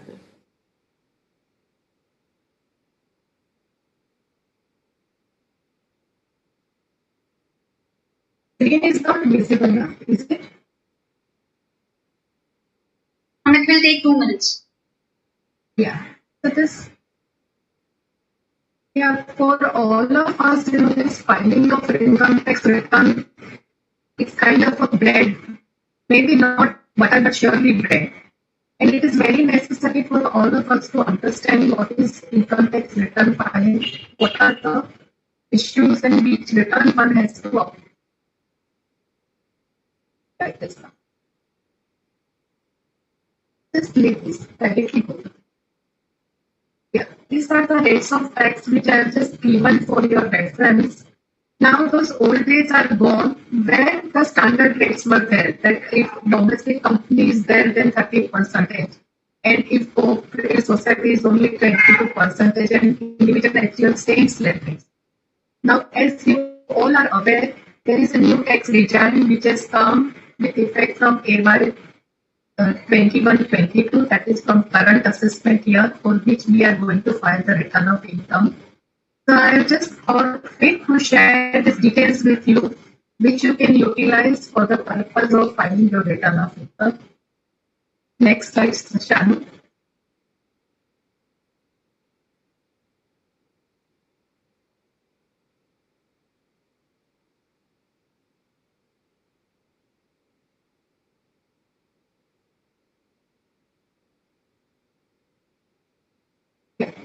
Given the comparison of original rate of tax and new rate of tax which has been given, and you can see the maximum saving rates, tax savings is in the region of 7 lakhs to 15 lakhs rupees, and post that it almost becomes equal. Now, when you go to next slide, which will tell you the tax breaks. So here, when you are no deduction is claiming, then definitely 115 BAC, that is a new tax regime, is going to be more beneficial. But when you are claiming deduction of under ATC, the break-even point is at 8,50,000. And if your income is in more than 8,50,000, then it is rather beneficial for you to go for new tax regime under 150 BAC. Similarly, if you are claiming ATC as well as ATD, then again break-even point is 12,25,000. When you are claiming standard deduction, also the break-even point is 15 lakhs rupees. And if you are claiming all the deductions under ATC, ATD 16 and 24, then it is not beneficial to go for new tax regime. Let me share with you that if you are not having a business income, in that case, on year-to-year basis, you can change from old tax regime to new tax regime. However, if you are having business income, then only once you can make this change, and once you make this change, then it is going to be permanent. So as far as business income assessments are concerned, one has to be very careful by not considering current year's income, but also considering in future how they are going to be there. And whatever it has been said, but in my view, just not to claim it for not claiming this better more beneficial tax treatment under this new tax regime, it is not wise for us to avoid a contribution to PPF or PF or for that matter LIC or Mediclaim. Because in a country like ours where we do not have social security system, it is all about necessary that these are not only tax saving instruments, these are your retirement savings instruments. So please take care and don't go by short-term benefit of saving tax. Next slide, Shani. Now you are aware that companies and firms, irrespective of their nature of their amount of income, the return filing is mandatory. I have heard in many cases that ma'am form पे कुछ income ही नहीं है, कुछ asset भी नहीं है, खाली form चालू रखा है क्योंकि केस पेंडिंग है, we do not want to file the return. But please bear in mind that in case of companies or firms, even if there is not even a single rupee income, or even if there are no transactions, it is mandatory for you to file the return of income. However, as far as other persons is concerned, then only if your total income is exceeding maximum amount chargeable to tax, in that case it is necessary for you to file return. So what is maximum amount? In case of individual and HUF, you are aware it is 250,000. In case of a senior citizen, it is 3 lakhs rupees. And in case of very senior citizen, it is 5 lakhs rupees. However, for considering this, you do not have to consider net total income, but you have to exclude Chapter 6A deductions. That means you have to consider gross total income. And if you have claimed deduction under Section 10A, 10B, or 10BA, that also you should not consider. So if you are excluding those deductions, and with that, if your income is exceeding maximum limit, then you are supposed to file your return of income.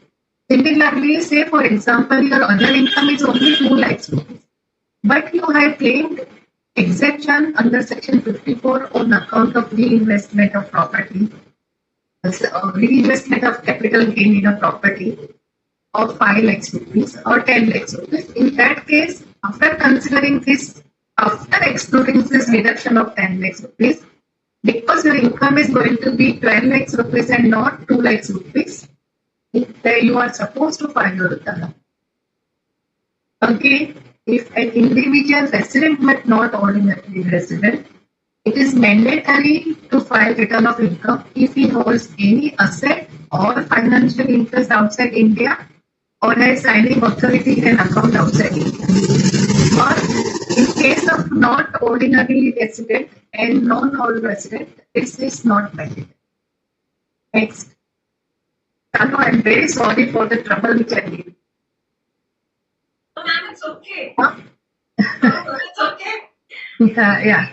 So now, even in case of other than firm, company or firm who has deposited an amount or aggregate of amount of rupees 1 crore or more in one or more current accounts in a bank, whether it is by way of a cash or by way of a check or various current accounts, that they are supposed to file a return.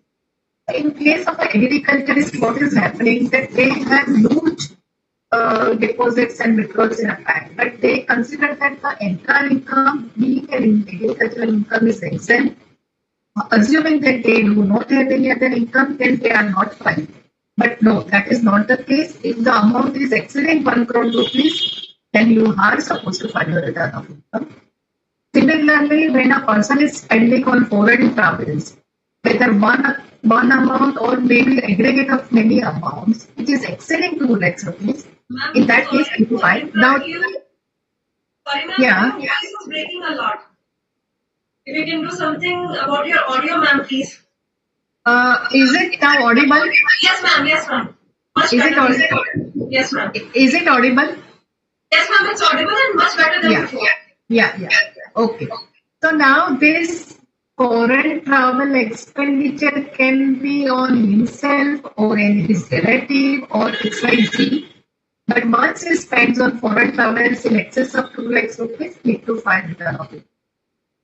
1 lakh rupees more than on consumption of electricity will again mandatory to file return of income.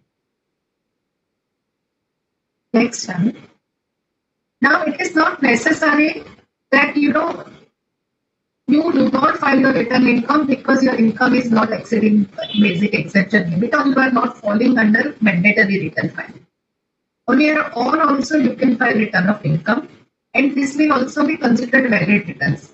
Rather, from my long practice, I always advise my client to continue return filing because the records are on the department's site. And secondly, for getting loan or getting credit rating or even for GST purpose, this becomes very necessary. So it is, and secondly, everything remains on the record. Even we can examine their investment and his money trade, which maybe after a year or so again it becomes vexed and we are aware that what is happening. And even he knows what is happening in his account. So always advise client to continue filing the return of income even though technically mandatory is not required. Next. Now, in case of a loss return also, it is required to be filed in very much in time. More so because when you are having a loss under PGBT, that is profits and gains of business or profession, or capital gains, then if you are not very much within the time,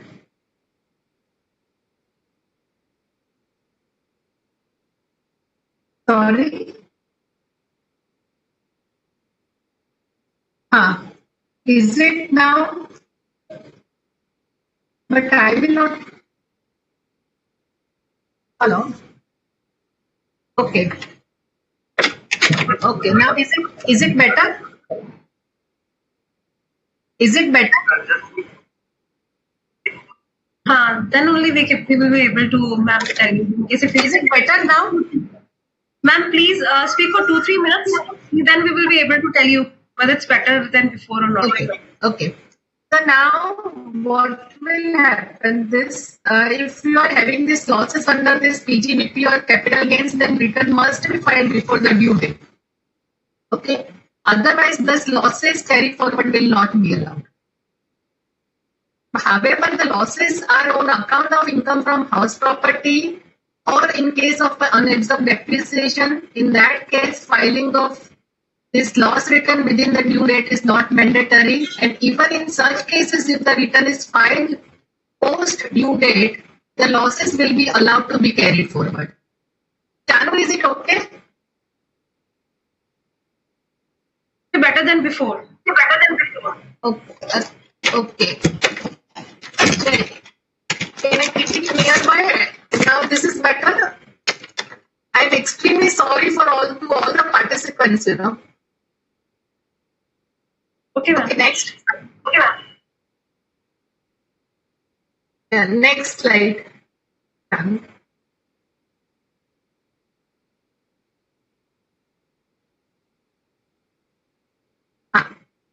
Now, but it is not necessary that if you have not filed your return in time, you cannot file. You can still file late return, which is under section 139(4). And this return can be filed before the end of the relevant assessment year or completion of assessment, whichever is earlier. Now, this position was only till by 2021. Of course, this even limit of filing till the year end is also extended up to 31st May 21 by notification due to this COVID issue. However, from AY 21-22, that is for current assessment year for which we are going to file the return, the due date is 3 months earlier to the end of the assessment year, that is 31st December, or completion of assessment year, whichever is earlier. Again, the department or the CBT taking a very proactive stand has already extended this 31st December date to 31st January 2022, not 2021, by notification. So the government has already extended 1 month for AY 21-22, but please bear it in mind that from AY 2022-23, it is going to be 31st December of that year. So basically what you are getting are window of 9 months to file any return. So again, when you are filing this late return, there is a penalty, there is a fee, not penalty. Fees under section 234F of rupees 5,000 if you are filing your return till 31st December and 10,000 in any other case. Now this again, this 10,000 will be applicable only for this year because till 31st January the window will be open. Now post AY 21-22, this is going to be redundant. And if your income is below 5 lakhs rupees, then this fees is rupees 1,000 rupees. However, when you are filing your return voluntarily, where you are not under the statute required to file, in that case, even if you file your late returns, it is not there is no fees attached to it. Next. Okay. Now, this return when you file, it is not final. You can always revise. When you can revise, when you find there is some wrong statement or you discover that any omission in the return, a revised return can be filed. Okay. Now, till AY 17-18 or till AY 16-17, only return which has been filed in time could have been revised. But AY 17-18, even if you are filing late returns, belated returns also, those returns also can be revised.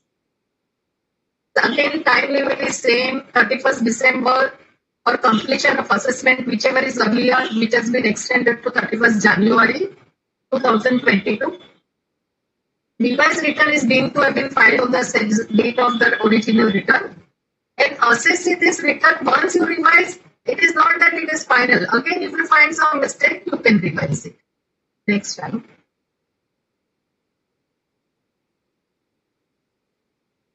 In case of a charitable and religious trust or institution, though the income is exempt under section 11 and 12, but when the gross receipts is exceeding rupees 250,000 rupees, you are obliged to file your return of income, and there is a mandatory audit also.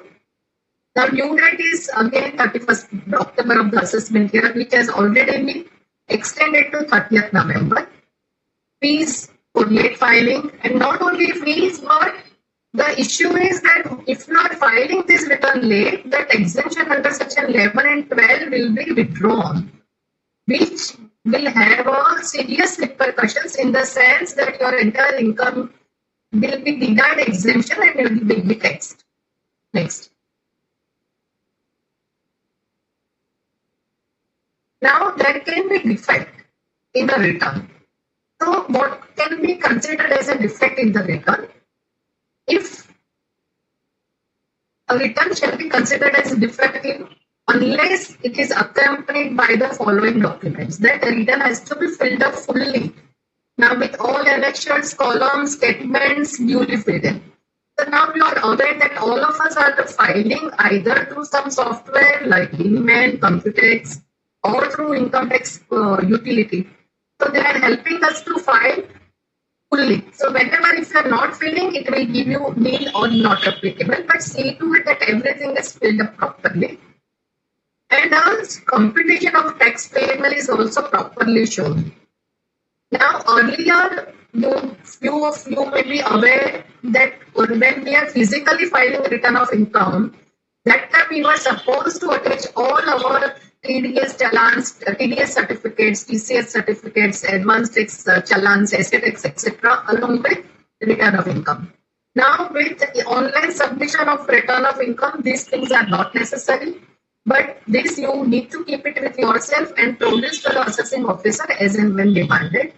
Similarly, in case of a business assessee, when you are maintaining regular books of accounts, you need to maintain profit and loss account and balance sheet, etc. Here I am giving you important due dates. You can see that all these due dates have been extended. Like from mainly, so we can see that DDS dates have been extended to 30th June from 31st May. In non-audit assessees, which was due July, 2 months extension have been given to 30th September. And for other tax audit returns, tax audit filing, and transfer pricing audit and transfer pricing return, everywhere there is 1 month extension. So 2 months extension for non-audit and 1 month extension for audit assessment. Next. Now, what is the ITR which is applicable? So I am giving you 1, 2, 4, and 3, which is applicable to individual and HUF, but these are all subject to conditions. That if few of the conditions are there, you can select this only. Now, 4, you are aware it is basically banned for a presumptive income. But if you are having a capital loss, or if you are having a short-term capital gain on a sale of a depreciated asset, then you cannot use it. In that case, you have to use 3. For company and trust, it is fixed 6 and 7. However, for others, which is including partnership and LLP, you can go for 5. If you are not going for presumptive under section 4. Next. Next. I am giving you this ITR applicability criteria that naturally in Sahaj, if you are non-resident, that is ITR 1. ITR 1 is known as Sahaj in very simple return to field. So if you are non-resident, you cannot use it. And if you are having only salary income and single income from house property, single house property income, and no carry forward of losses and no capital gain transactions, and even agricultural income you are having, then it should be less than 5,000. You can go for search. Otherwise, you have to go for ITR 2. I have given the conditions. You can go through it. Next slide. Next slide. As I mentioned that if you are having STCG from depreciated asset, though you are having this presumptive taxation, you cannot opt for 4 and not to go for ITR 3 only. Similarly, all losses carry forward or brought forward. Either way, in that case, ITR 4 or ITR 1 will not be available to you. You have to go either for ITR 2 or ITR 3 or ITR 5. Next. I have given the various conditions that if your income is more than 50 lakhs rupees, naturally ITR 1 will not be eligible. Neither 4 will be eligible. You have to go for 2 or 3 or 5, whichever is. Various condition is given. Just please go through it for your information. I have given. It will be good for your referencing. Next. Now let's come to this assessment under the income tax act. Now you are aware the first and foremost is self-assessment. The next is intimation, regular assessment, where also it comes limited scrutiny, complete scrutiny, best judgment, and reassessment and block assessment. Let us examine one by one each of the assessments. Next, Shami. Now self-assessment is the way, because you are assessing yourself. You are computing your total income. You are working out the tax liability. After deducting TDS, TCS, and advance tax, you are making the payment of self-assessment under section 140A. So that's why it is on you who is assessing the income as well as tax liability. So this is known as a self-assessment. Now, if you have paid certain amount, which is less than amount required to be paid, or then this shall be adjusted first towards fees under section 234F if there is any fees. Then if there is interest under section 234A, B or C, it will be adjusted towards that interest, and the balance only will be adjusted towards tax. The assessee will be deemed to be assessing before if the asset tax is paid less, but it doesn't make your return invalid because either of non-payment of self-assessment tax or less payment of self-assessment. Move forward. Tanu? Yeah. The next is intimation. All of us know that CPC sends us this intimation under section 143(1) in normally through email. And this is basically not assessment, one can say, but it is basically processing of return. And this is basically without human intervention. This is the entire technology which works as per the algorithm given to them and the work out the plus minus and taxes plus minus, and they work out refund or demand, whichever. Now, in that, few of the adjustments are permitted. If there is an arithmetical error, which I don't think when we are using the format now, the software, this is going to be, it's now, nowadays it is no more there. But if there is any arithmetical error, it will be rectified. If it is any incorrect claim, which is apparent from any information in the return, then even that will be adjusted. What is incorrect claim, we will see again.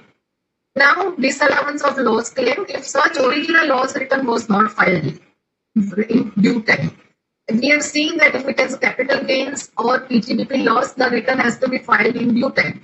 But if you have not filed in due time, say for example, you are having loss of AY 1890, which you are carrying forward, but that loss return was not filed in time, then in that loss, you cannot claim to be set off against current year's capital gain income because the loss return was not filed in time. However, by mistake or by oversight, if you claim this loss set off, in that case, such losses will be disallowed. Similarly, in case of an audit assessee, if your tax audit report has been uploaded and the auditor in his wisdom has disallowed certain expenditures, say for example, travel expenses of 5,000 rupees, and you feel it is purely from business side, but the auditor has already disallowed in PCDA and has uploaded this tax audit report. In that case, though, if you have not considered this disallowance of expenditure as part of your income, then this information, this expenditure will be disallowed. Similarly, if the auditor has given them this income, say for example, some perquisites, some commission received, or some gifts received from the company with you are transacting, you have not offered as an income, and the auditor has shown as your business income. In that case, this, if you have not offered such income in this your return, then this information will pick it up and will be added to your income. Similarly, if you are not file your return in time, then deduction under section 10A or 80HH or 280IB, ARRB will not be allowed and it will be disallowed if you have claimed it. Next. Next, Shanu. Yeah. Now, what is incorrect claim? Now, incorrect claim is such claim where an entry in return is inconsistent with another entry of the same or some other item in such return. For example, you have shown that depreciation schedule as per ITR is 2 lakhs rupees. But by claiming depreciation under PGBP, you have shown 5 lakhs rupees. So naturally, the higher amount will be, this 3 lakhs rupees will be disallowed. Similarly, you are not able to substantiate such claim. For example, in case of a HR, if rent paid is more than 1 lakh rupees, then of landlord to be furnished. Now, if you have not furnished, then naturally this HRA will be disallowed. But in respect of this deduction, where the amount exceeds absolute statutory limit or percentage. So for example, under section 80C, you have claimed PPF of 1,50,000 and 80,000 of LIC, total you have claimed 2,30,000. Whereas the maximum limit is only 1 lakh. So in place of 2,30,000, only 1,50,000 will be allowed, and your original excess claim of 80,000 under section 80C will be disallowed. Similarly, in case of a donation, you are aware that 10% of donation, 10% of GTI is reduced by other deduction is only qualifying amount. So now, if you have claimed more than that, there is a qualifying amount. In that case, the excess will be disallowed. But however, the CPC on its own cannot do such an adjustments without giving an opportunity to assessee to explain and rectify the same within 30 days. So an opportunity should be given to the assessee to rectify A response, if any, by the assessee should be considered before passing the order.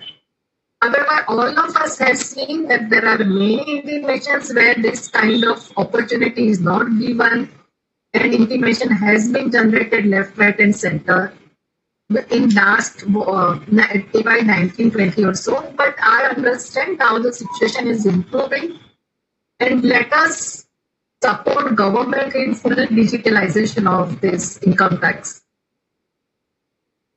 Next.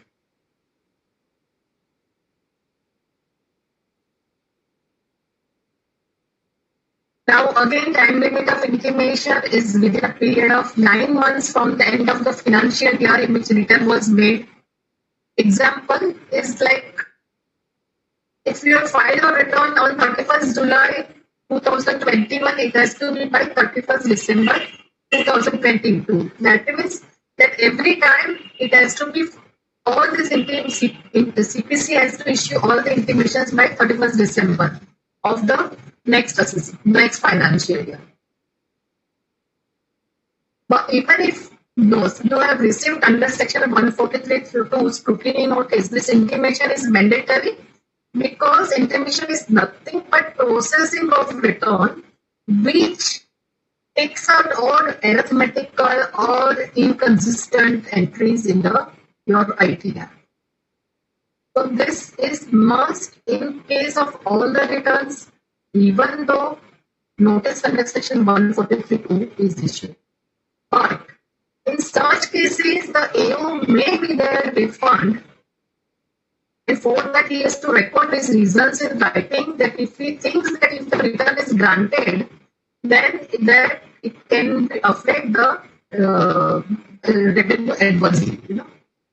For that, they have to take prior approval of commissioner or principal commissioner. Now, next is regular assessment, which we all are aware as a SETU, scrutiny assessments. And this faceless assessment is also on this. Yeah. So now, what is it? Basically, the AO will issue notice under section 143(2) within a period of 6 months from the end of the financial year in which return is filed. Now, so till AY 2021, it should have been within a period of 6 months. Now the period has been reduced to 3 months. So we should be ready that by 30th June, once this new portal becomes operational, you all are going to receive notices before 30th June, because 30th June is going to be the last day for getting the notice under section 143(2). The department is in really hurry. You must appreciate that earlier it used to be 2 years, 3 years earlier in old days. Then it was 2 years, then it is 1 year, and now it is just within a period of 3 months that the notice will be issued. So when this notice can be issued, when the return is published under section 139 or in response to notice under section 142. Next. Why this scrutiny assessment? Because AO wants to ensure that the assessee has neither understated income, nor overstated any expenses or loss, nor underpaid any taxes. If he is having either of these, then the notice will be taken out. Now, this is all when this manual work was going on. Now, with full digitalization and central data system, this algorithm has set in, and the system itself will take out the notices, of course, with input of officers, field officers. Now, AO may conduct the scrutiny by serving notice in time within a period of 6 months, I have told you, and now this has been reduced to 3 months. After hearing such evidence as the assessee produce and such other evidence which the AO may require, and after considering all the materials which AO has gathered, he will pass an order determining the total income or loss and the demand payable or taxes.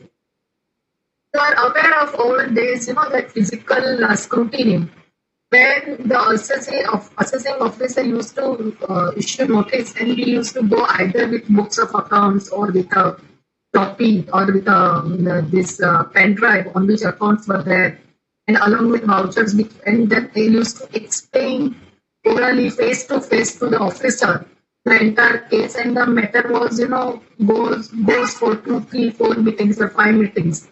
And after gathering so many documents or after giving so many explanations in writing, the AO used to pass an order. With that, those days are over. Now, post that, there was e-assessment. That one used to go, that one can select on that e-proceeding step, and one used to select e-assessment. And used to, rather, it was not e-assessment, but we used to send data through email, and the person used to acknowledge through email, and any further questions or further inquiry used to come through email. But this system was not perfect, and even at times the AO used to call us that, मैं समझ में नहीं आ रहा, ये limit statement में ये shares कहाँ से कहाँ गया, जरा समझाओ, और आपके कैपिटल गेट में क्यों नहीं दिख रहा है. So all those things used to happen, but now the things are going to change so much.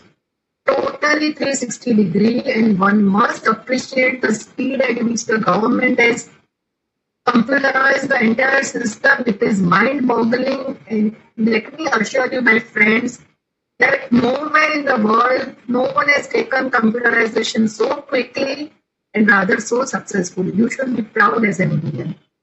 Next. Now,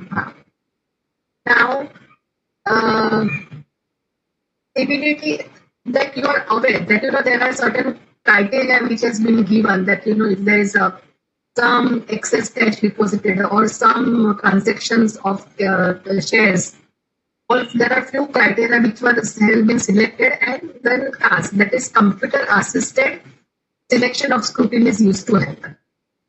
If there is a mismatch of ICAI data with AR information, that is SFT which are submitted, and there is a mismatch between 26 A's and between the return file, then all this limited scrutiny used to happen, which is still there. Now, only the scrutiny will happen only for the reasons and issues for which the notice has been issued, not beyond that. But if the specific reasons or issues for will be, your scrutiny will only be limited to such reasons or issues. Say, for example, there are huge borrowings, and the notice has been issued for verification of loans and genuineness of loans and genuineness of lenders. In that case, your scrutiny will be limited only to that. And the AO is not free to travel beyond that and to go for another issues. Say, for example, GP कम क्यों है और ये manufacturing cost क्यों ज़्यादा है or whatever it is. But it may so happen that the AO may feel that no, this is not the only case. There is a possible escapement of income of more than 5 lakhs rupees, or if the assessee is situated in metro cities like Bombay, Pune, Ahmedabad, Delhi, Chennai, Kolkata, then it's 10 lakhs rupees there.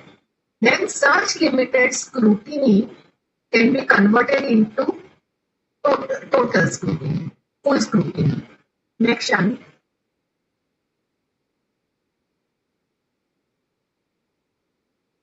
So, this, if it is there is a prior approval of the principal CIT, or CIT has to be taken.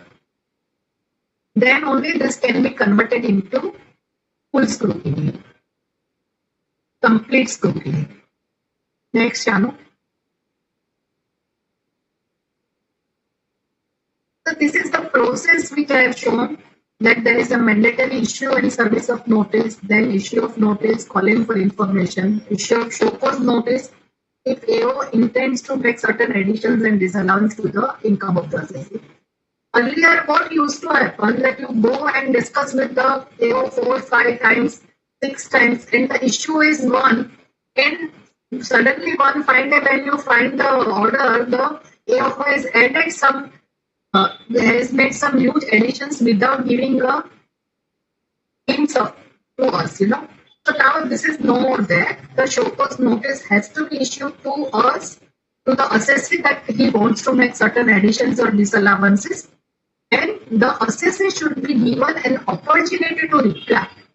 Post that only the AO can take the step based on the reply and evidences produced by the assessee. In between, the AO has power under section 133 call for the information from any other person. Say, for example, if you have borrowed funds, then you can send 133(6) notice to the your lender for requiring the details of their return, their ITR, their bank account, etc. Similarly, they can call from your vendors also at what rate the share materials have been sold to you. Similarly, there can be valuation reference to valuation officer also, where it is necessary for them to value investment or immovable property or any other asset. In the next channel. So this valuation officer shall estimate the value after taking into account such evidences as the assessee may produce and any other evidence. Valuation officer shall send a copy of the report within a period of 6 months from the end of the month in which reference is made. And on this also, the assessee should be given an opportunity for considering the report of valuation officer for assessment and reassessment. Next time.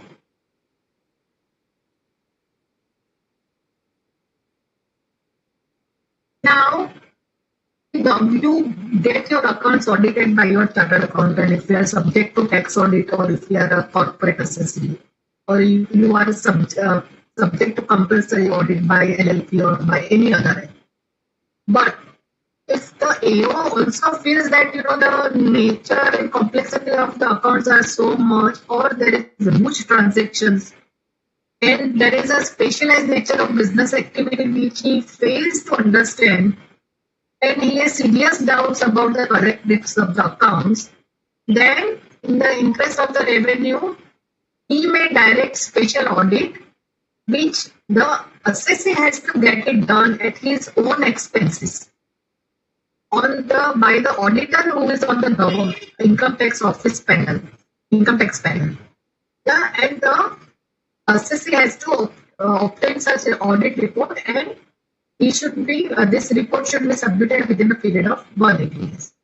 Again, this natural justice requires the prior approval of principal chief commissioner or chief commissioner should be taken, and even an opportunity before ordering such audit should be given to the assessee to explain his case.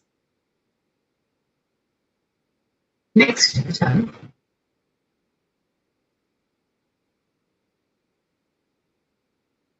Next.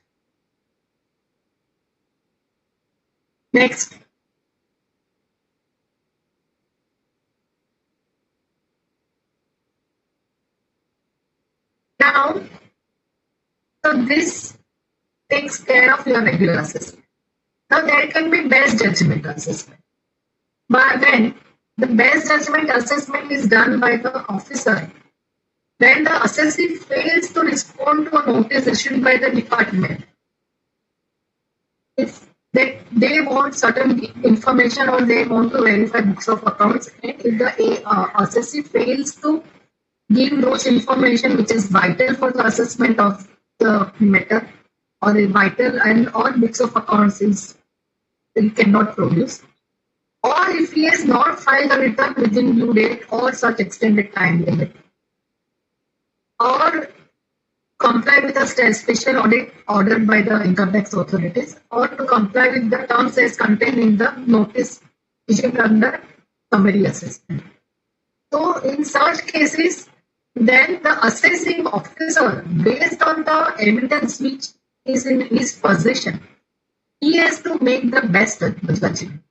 So it is not that he can do whatever the way he is. he has to arrive on the basis of evidences and documents and data available to him. He has to pass the best judgment order. That is section 144. I have given time limit. Again, the time limit is till 21-22 is going to be 9 months from the end of assessment year. So everything is very quick. Now your assessment is going to be over by your 21-22 ends by 31st March 22. So by December 22, your assessment should be also over.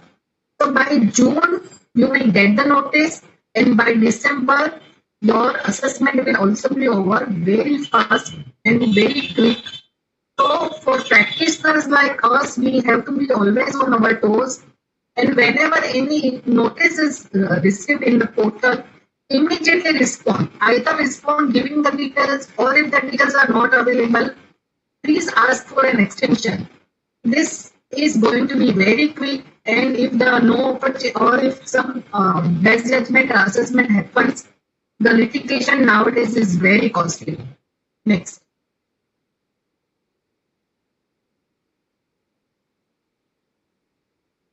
Now, there's section 148, which is basically reopening of assessment, reassessment. So that has a very set principle for so many years. Now with Finance Act 2021, it is fully overhauled. Earlier, the time limit was 1 year or 4 years, or in rare 4 years or 6 years. And in rarest of rare cases where it is a question of assets located outside India, it was more than 16 years. Now the time limit is changed. It has become 3 years as compared to earlier 4 years. And now they can reopen within a period of 10 years from the end of assessment year, if the escape income is rupees 50 lakhs. So assuming that if they found you in possession of a property, say for example, even a small 1-bedroom flat in Mumbai, which is not going to cost you less than 1 crore, yeah, and then if you cannot sustain, if you cannot give proper evidence for this income, in that case, after even 10 years, they can issue notice. So please be careful, because 50 lakhs in this kind of inflation economy is very small amount, and your assessment, even after your scrutiny assessment date is over, is not complete, and it can remain open for a period of next 11 years. So you need to preserve all the documents or all the accounts till the time everything is clear. If you are being an assessee of a reasonable size. So if you are found to be possession in India, so no notice, there's search conducted after exclusion of this, let it go. Next. Now, I have given this chart to explain that assessment can be by assessee, which is self-assessment, or by department, it can be summary assessment or regular assessment. In regular assessment also, it can be either scrutiny assessment or best judgment assessment. And finally, reassessment, that is under section 147. Next.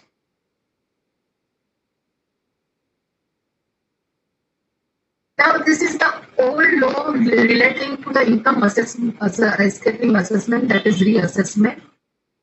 I understand that, Shanu, I am extending my time limit. So shall I just submit these slides, and shall I take up this assessment schemes? Yes, ma'am, you can do that. And after your session, we are going to take question and answer session. Sorry? Hello? Yes, ma'am. Yeah. You can continue with your PPT, and after your session, we are going to take questions from the participants, ma'am. Not able to hear you, Shanu. Ma'am, you can continue. I can continue. Okay, ठीक है. Well, now this income escaping assessment under section 147, that is the old law which I am referring to. This entire thing was very settled for so many years, settled by so many case laws, And now the totally it has been overhauled. But let us understand what was the old law which is prevalently in there. So when the assessing has reason to believe that any income chargeable to tax has escaped assessment for any assessment year, he may assess or reassess such income and also any other income chargeable to tax which has escaped assessment, which comes to his notice subsequently in the course of proceedings under it. Now, he should have reason to believe. It is not automatic that the assessing officer after 4 years has woken up and he thinks that, no, that person has not offered his capital gain properly or I must reopen. No, that kind of blanket permission is not there with the officer. Even today, he must have a tangible material on which his belief is based. If such belief is based on such tangible material which was not available to him at the time of original assessment, in that case only he can reopen the matter. Next.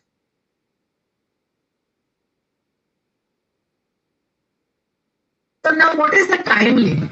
The time limit is up to 4 years from the end of the assessment if it is any amount. Then this is it is wrongly placed and the approval has to be received from Joint Commissioner.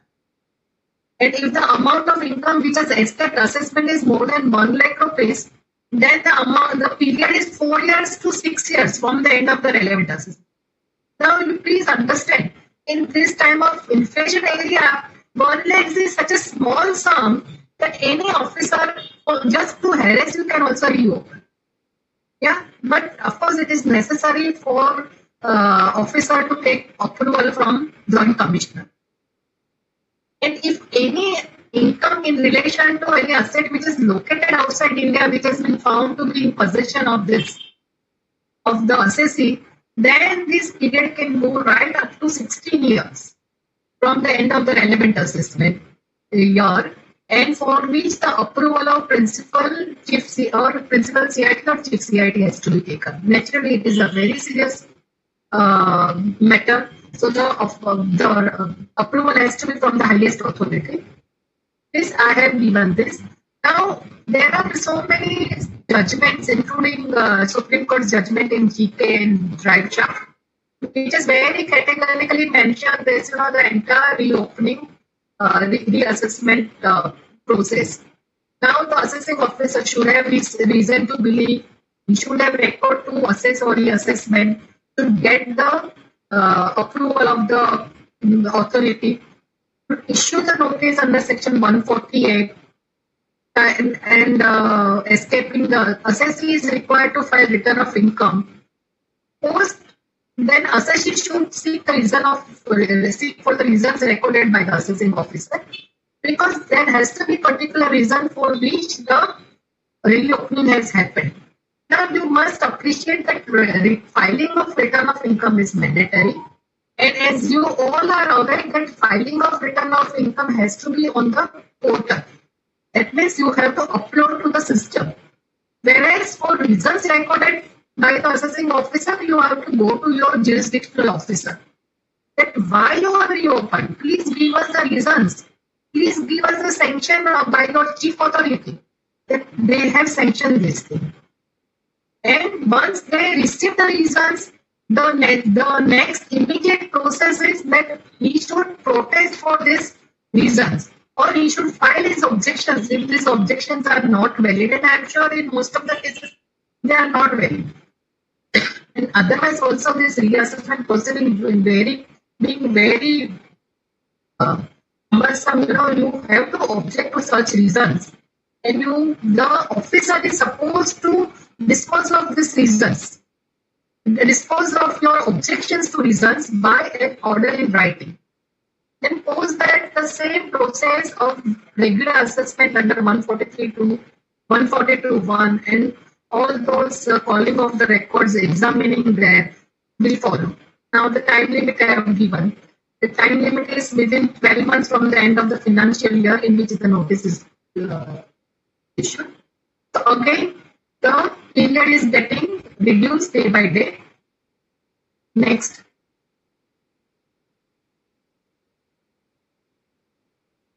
So this I have given that where it can be said that income has escaped assessment. Reopening notice cannot be issued unless the income has escaped assessment. But certain matters shall be deemed to be the cases where the income chargeable to tax has escaped assessment. So where no return of income is furnished during the previous year, but it is apparent the income is exceeding basic exemption limit. Return of income is furnished, but no assessment has been made, and the AO noticed that assessee has understated his income or claimed excessive loss or deduction or allowance or delay. Assessee has failed to furnish transfer pricing report, which is supposed to, which is liable to furnish. An assessment has been made, but income has been under-assessed. Income has been assessed at a lower rate, or excessive relief is granted, or excessive loss is done. So, or person is found to have any asset located outside India which is not declared in your return of income, or is if he is a resident and not ordinarily resident, then such income is the income from such asset is also not located, not offered for taxation. So for such thing, it is necessary that details of foreign assets located outside India, or details of assigning authority, or details of your this. So there you are having a foreign accounts. You need to discuss in video return of income. And normally, I have seen so many chartered accountants, they just without asking client, they give nil. But please do not take this responsibility. It is a very serious matter, and always call for such information from the client in writing, so that even you should not be protected under the Consumers Protection Act. Please note that these are very serious matters, and please, in times to come, this is going to be very serious. Please take it very seriously. Do not consider your client to be your relative or to your family man, and take proper letter from them, proper confirmation, proper evidences why even you are uploading this return of income and you are not your auditor, but act as an auditor even by you are uploading his return of income. Next. Now, search and seizure assessment, it is very specific and very special, and this is not the audience where this is to be addressed. I am giving the slides for basic knowledge. You all may go to the same. Please, चारों जाने दो 3-4 और this faceless assessment scheme देख लेते हैं. Yeah, next. So this faceless assessment scheme has been introduced with effect from 2019, but 2021 full-fledged faceless assessment scheme has come. Now, why it has been introduced? Because to provide greater efficiency, transparency, and accountability in the income tax assessment, and to reduce the interface between assessing and receiving. So like a final C examination, you are not aware that who is going to be your examiner. And the examiner is also not aware that whose papers I am correcting. Similarly, the situation is here where you don't know that where your return is going to be assessed, which officer, whether the officer is sitting in Jammu and Kashmir, whether the officer is sitting in Tamil Nadu, or whether the officer is sitting in next chamber at ICAI Bhavan, you are not aware, because there will be absolutely no interface and there will not be any, you will not know that who is handling your business. And why? So just to get economies of scale and functional specialization and dynamic jurisdiction. Just mark these words. You have never seen this kind of word in income tax. We have seen this kind of word in costing or in a financial management, etc. But economies of scale. So now if the government wants to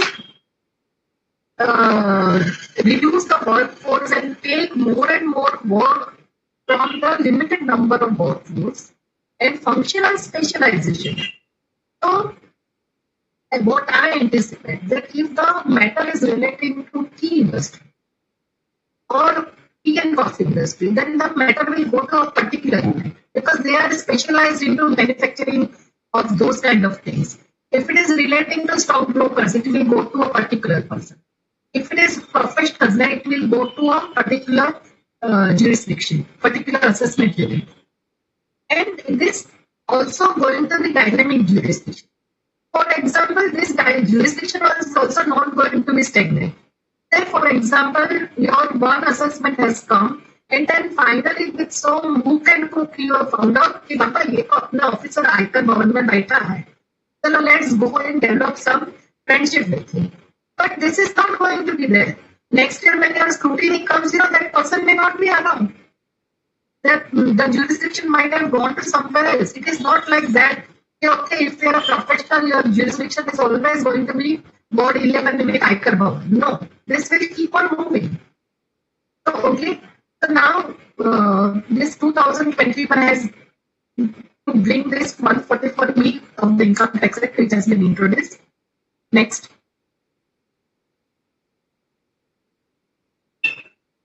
So the central government has made a team by this, the power has been given under section 143.3 to impart greater efficiency, transparency, and accountability. By eliminating interface between AO and assessing in the course of proceedings to the extent of technology feasible. So you are not going to meet your officer. Everything is going through portal only. Now, this optimizing of utilization of, we have seen this, and introducing team-based assessment with dynamic jurisdiction. So this is not going to be a area-wise or a work-wise. It is going to be a team-based assessment and dynamic jurisdiction. Jurisdiction is going to keep on changing every time. So this is basically to give them transparency, but also to take care of rampant corruption which was there in the department.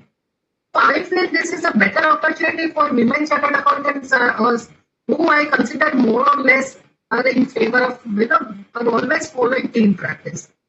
Sorry to be making such feministic remarks, but I feel that this gives us a better opportunity. This National E-Assessment Center is formed, which will be, it's like a central hub between taxpayer and the income tax department. And it will be headed by Principal Chief Commissioner or Income Tax, Chief Commissioner of Income Tax. Now, then under National E-Assessment Center, there will be Regional E-Assessment Center, where there will be 4 units. One is assessment units, one is review units, one is technical units, and one is verification units. So see, here these verticals have been built based on the work which they are going to undertake. So for example, assessment unit will take out the which are the issues which may come for the assessment. What are the pointers which one should be seen.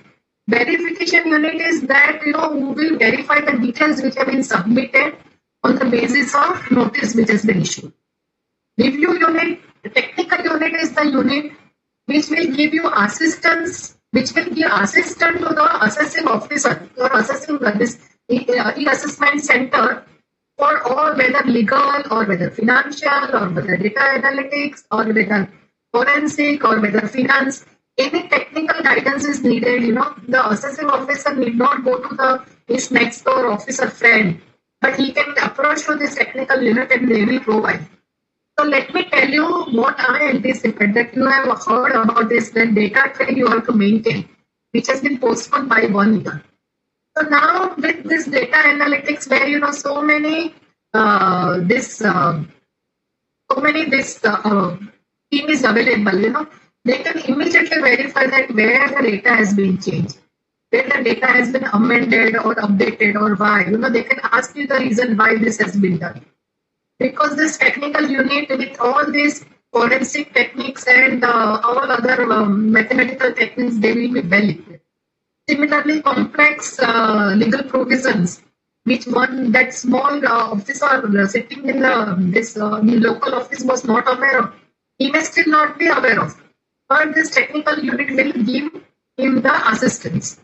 Now, all this is the scheme which I have explained, which is the composition. Now, in next 3-4 slides, I have shown how the system is going to move, which all of you can go through. And normally, I think more or less it is all of us are aware. One more good point that there will be no coordination between the officer, between the this assessment unit and you. Everything will pass through this national assessment unit, and all new notice and communication will have been. So when next time when you go to, say for example, if you go for a faceless appeal or if you go for faceless penalty, everything will be available on the government portal. So this is a good thing in a way that everything is available. You don't have to keep on repeating one by one. And one more thing, that draft assessment order will be furnished to you before finalizing, and show cause notice will be also furnished to you if they feel that the order can be prejudicial to your interest. That show cause notice, the time limit will be given.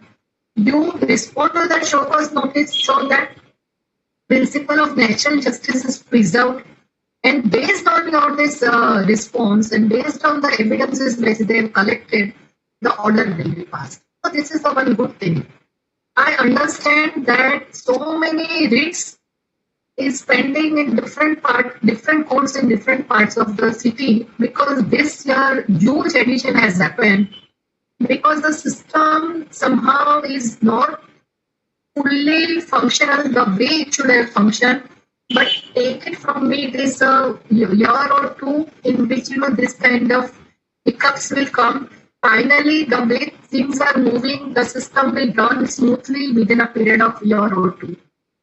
Yeah, and now you are aware that portal is not operational from June 1st to June 6th, and from June 7th you are going to get absolutely new portal with name incometaxindia.gov.in instead of income tax India e-filing.gov.in. I understand that the new old portal will also be operational, but this new portal is excellent the way it has been canvassed. That you will get all the details there of your thing, the regular, in one tab only, you will get all the details of your pending demands, refunds, your pending compliances, everything. Here we were having so many different tabs, and one accountant of the assessee is managing 6-7 companies. All of us were aware that he used to be so many notices, but now it is not going to be the thing. It will be available. One or two more practical hints which I will give. Please check your client's profile and see that email is valid and subsisting, and it is the one which is opening day in and day out. And the telephone number is also what has been given is working. किसी के case में BSNL का email रहता है, किसी के case में अपना चार्टर्ड अकाउंटेंट रहता है. Now you know that one email is valid only for a pen. So, and all your communication is going to be digital through email or through SMS. So see to it that it is fully functional, and make it a habit for your assessee that he has to see himself. Don't take any responsibility on your head to check this. Otherwise, you will be in suit. Let him handle his own responsibility. And whenever any notice is coming or whenever he is receiving, tell him to send him from his email address to you, so that he should remain aware that this is happening, and within a period of 15 days he has to respond. So these are few of the points which I would like to share. And and this again, this mobile app is also going to be developed like GST, where using the JSON file you can upload the return like a quick thing. And your refund is also, your intimation also will come very quickly, and refund also in few days. Naturally, the government, when the interest rate has fallen down so much, they cannot afford interest of 6%. So they will also start issuing refund as a result. Thank you for a patient hearing, and I'm extremely sorry for the technical fault on my side. But let me assure you, I'm practical, I'm quite techno savvy, and this is the first time it has happened from my end. Extremely sorry. Thanks. Ma'am, please, there is no need to say sorry again and again. We all understand, ma'am. These things are not in our hands, so sometimes it goes uncontrollable. But anyhow, it was a lovely and a very comprehensive session. Thanks a lot.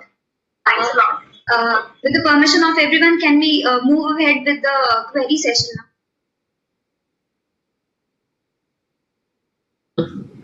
I think one question has been raised by Priya Madam also. So I would request directly Priya Madam ki you can ask, ma'am. What? Good evening, ma'am. Very good evening. Yeah, I think both the speakers did an excellent job. Their presentation is a ready reckoner for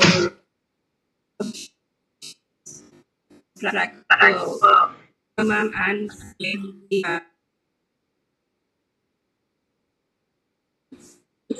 land taken on lease, 99-year lease from Government of India, whether depreciation is allowable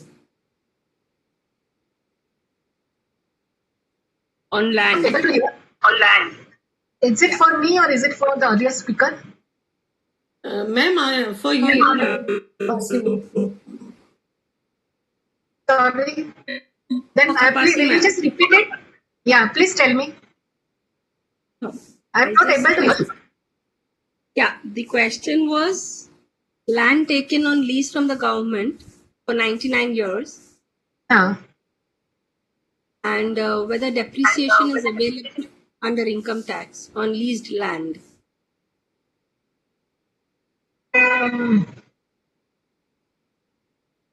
Yeah, I understand that 99 years is a kind of a perpetual lease and it's a kind of a quasi ownership. So considering the reasoning, yeah, the depreciation should be eligible, though the absolute ownership is not with you. However, I am just giving you answer based on my analogy, and I'll come back to you after taking the same. It's only land. So it's okay. I mean, you can move on to the next question. Yeah, we have with us our Vice Chairman, Co-Chairman Pramod Jain, sir. I would request him. Or Divya, you can. Yeah, ma'am, I can take that. Okay. Yeah. Yeah, ma'am, the first question is, ma'am, it's for you. There is an anonymous question. Have you ever come across?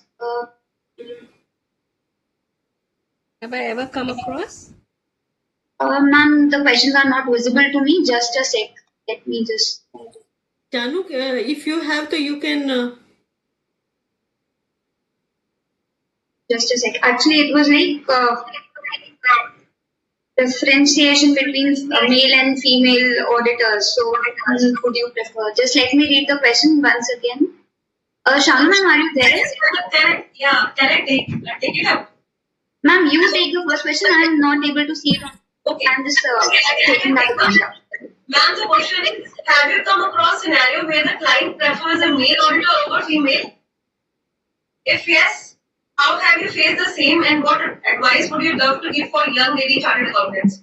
Priya ma'am, this question is for you. Yeah. As far as the Institute of Chartered Accountants is concerned, if there's a negligence, they don't see whether it's a male chartered accountant or a female chartered accountant. Am I right, Kemisha? Absolutely. Absolutely. There's no. Yeah. Qualified as female.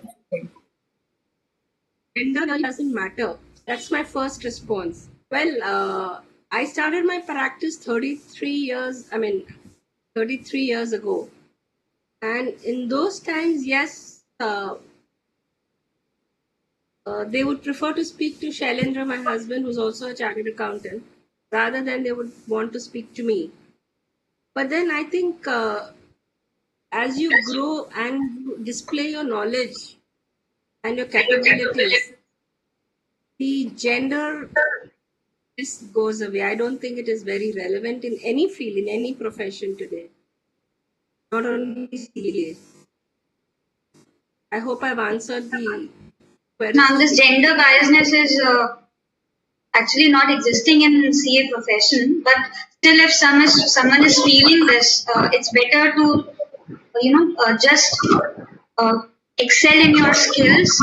Better to take time out for yourself and then show your confidence. I think that would take this. Kimisha ma'am, the next question is for you from Mayuri Paliwal. She's from Indore.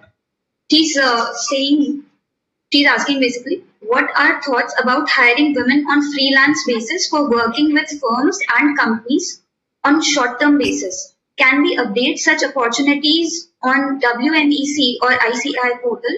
A lot of women without COP or job will be working as per their convenience and also earn at the same time.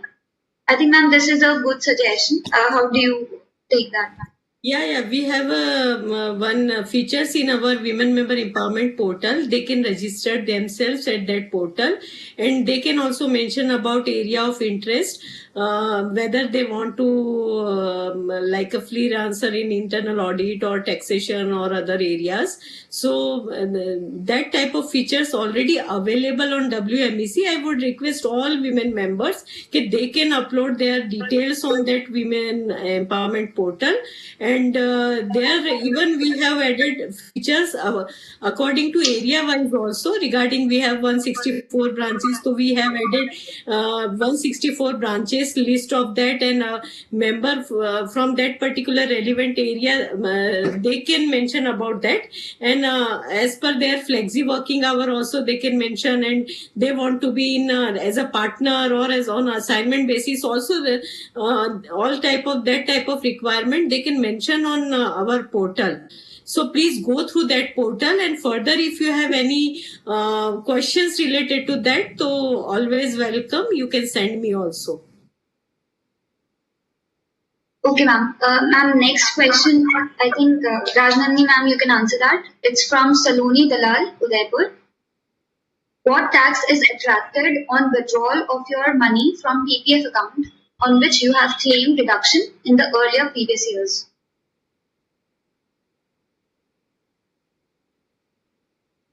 Rajnandini ma'am? Yes.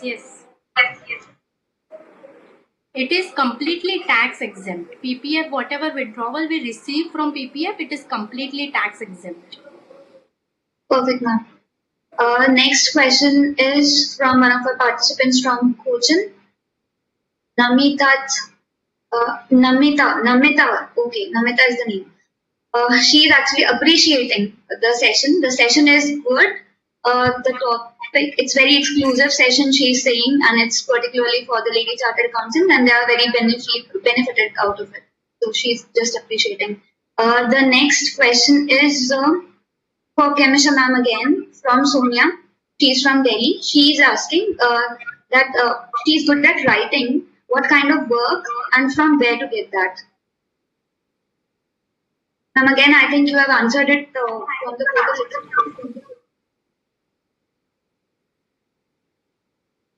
Yeah, can you repeat, Divya? Yeah, ma'am, Sonia is asking. She wants to pursue some kind of work in writing. I mean, she has a good writing skill. So she's just asking what kind of work she can have and where to get that from. So what are the professional opportunities available if she's if she's having a good writing skill?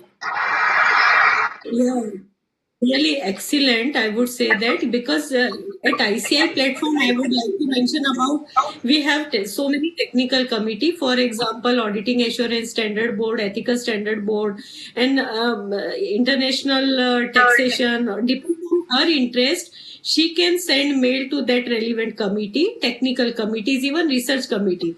And because we are releasing so many publications, so in that particular publications, institute also hiring for that development of material, and even board of study also required that type of people who has expertise in that particular area. So they can send according to her interest in that particular relevant committee. And also she can send her detail to WMEC, so WMEC will revert in detail that particular. And even in open, I would say that in practice also and in other areas also nowadays content writers require in so many areas. So that is really an excellent, matlab, so many professional opportunity related to that. Ma'am, next question is for Rajnandini ma'am, I guess. It's from Anuja Mittal, Jabalpur. Break-even point discussed in previous slide. Maybe she has come across something called break-even point is for total amount or deduction amount. Maybe she can see the slides later on and then she can answer that. I don't think this is a relevant question. Or you want to take that up, Rajnandini ma'am? Break-even point, actually, I did not get the question properly, I guess. It's okay. Rajnandini ma'am would be answering it to you later when you have the presentation. I hope on seeing the presentation, the question would be more clear. Yeah. So, yeah. Let's move on further. Yeah. Okay, we can take the closing remarks now. We are well over time. Like, Sorry, ma'am, I could not hear you. I'm saying, can we take closing remarks now from Pramod Jain sir? Ma'am, we have just one or two questions more. Maybe we can take that. Or as you say. Yeah, No, I suppose you should continue. There is no issue. I've got certain another meeting, so I thank each and every member. Please continue. Thanks a lot. It was great. Thank you very much. Okay, sir. Okay. We have a question from Kochi. The person is P. Subramaniam Iyer. Is it that rectification of defective return can be done only if AO makes an order, not voluntarily by assessee?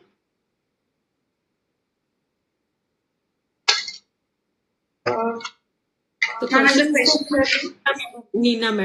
is for Neena ma'am, yeah. Sorry, what was the question? Ma'am, I'm just repeating that again. Is it that rectification of defective return can be done only if assessing officer makes an order and not voluntarily by the assessee? Once you get this defect notice now, that defect notice under 139.9, you have the time to rectify the defect. If you rectify the defect, then there is no issue and the rectification, and there is no question of rectification. The defect will be rectified in the return. But if the order is passed by making some addition or making some disallowances, and if there is some mistake which is apparent from the face of records, in that case you can apply for rectification under section 154. So defect notice and rectification is totally different.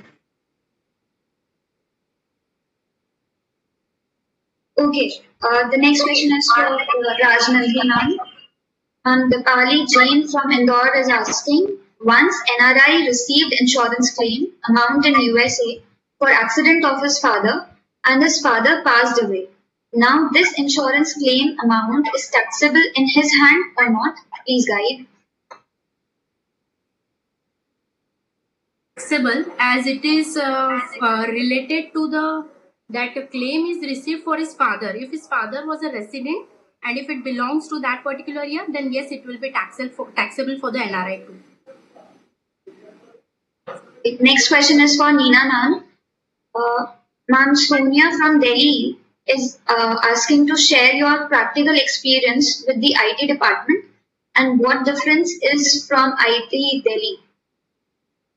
I haven't been to IT Delhi, but yes, I'll tell you, in last 10 years, I had very good experience of interacting with income tax in Mumbai, because the officers in last 10 years, either IAS or young and energetic, and they are quite happy to learn also from us and very open for discussion.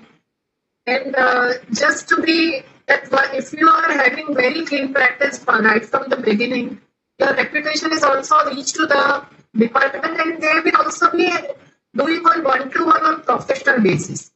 It is gender neutral. It is secondly, it is even status neutral. Whether you are assessing or representing assessing, or you are assessing officer, it doesn't matter. It is absolutely on professional basis. I was very happy.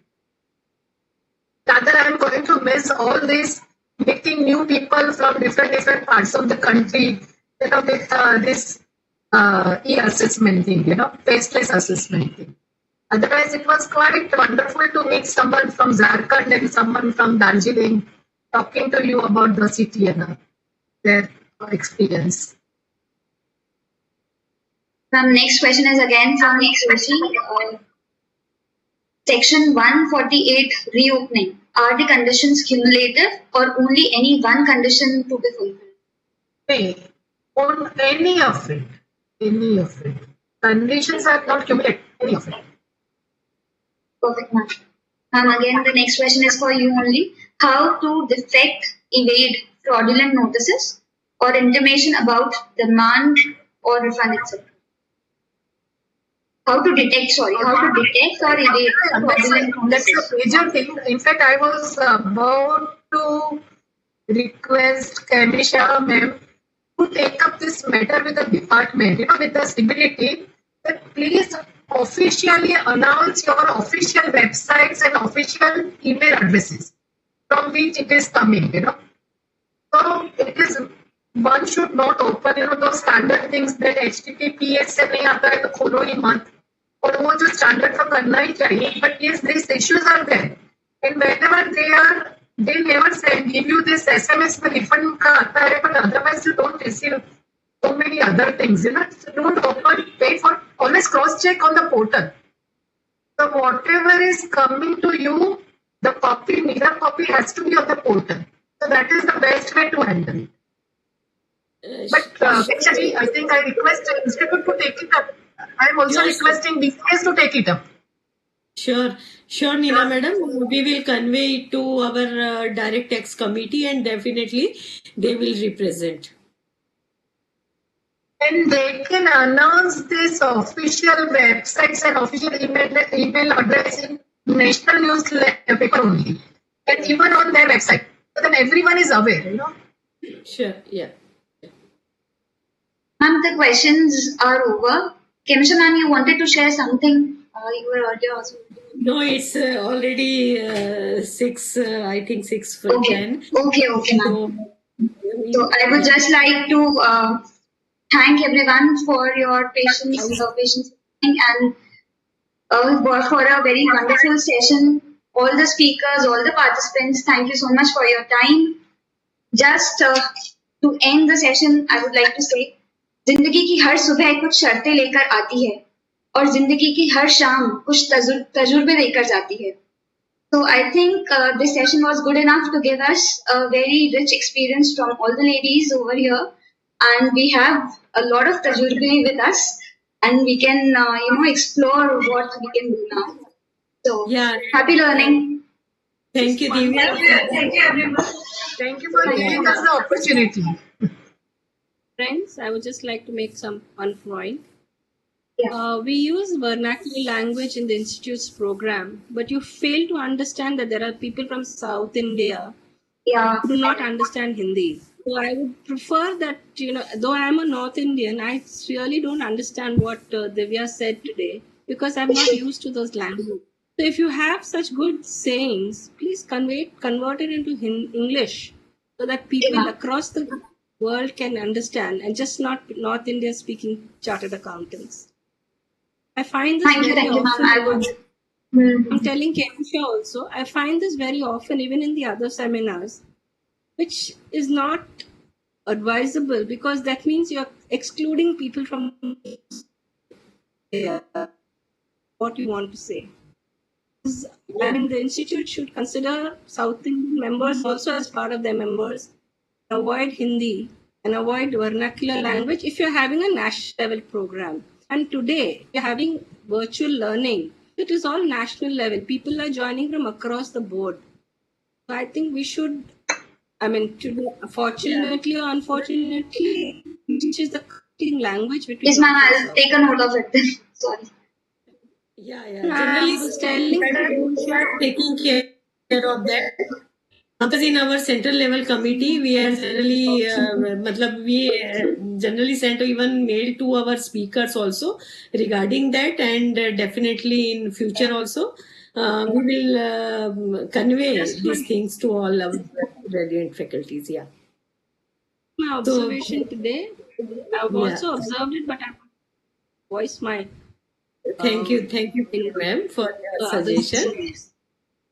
Yeah, and on behalf of Women Member Empowerment Committee, I would like to thank our all speakers, Neena Ben, Priya ma'am, and Raj Nandini ji, and of course our moderator, Chartered Accountant Divya, also for excellent conduction, for excellent deliberation in this topic, and we are looking forward for you all, our members, in next our VCM related to overview on standard on auditing, overview on accounting standard, and about ethical standard. So goodbye and have a nice time. Thank you very Thank much. you. Take care. Be safe. Thank you. Take care. Be safe. Yeah, thank you.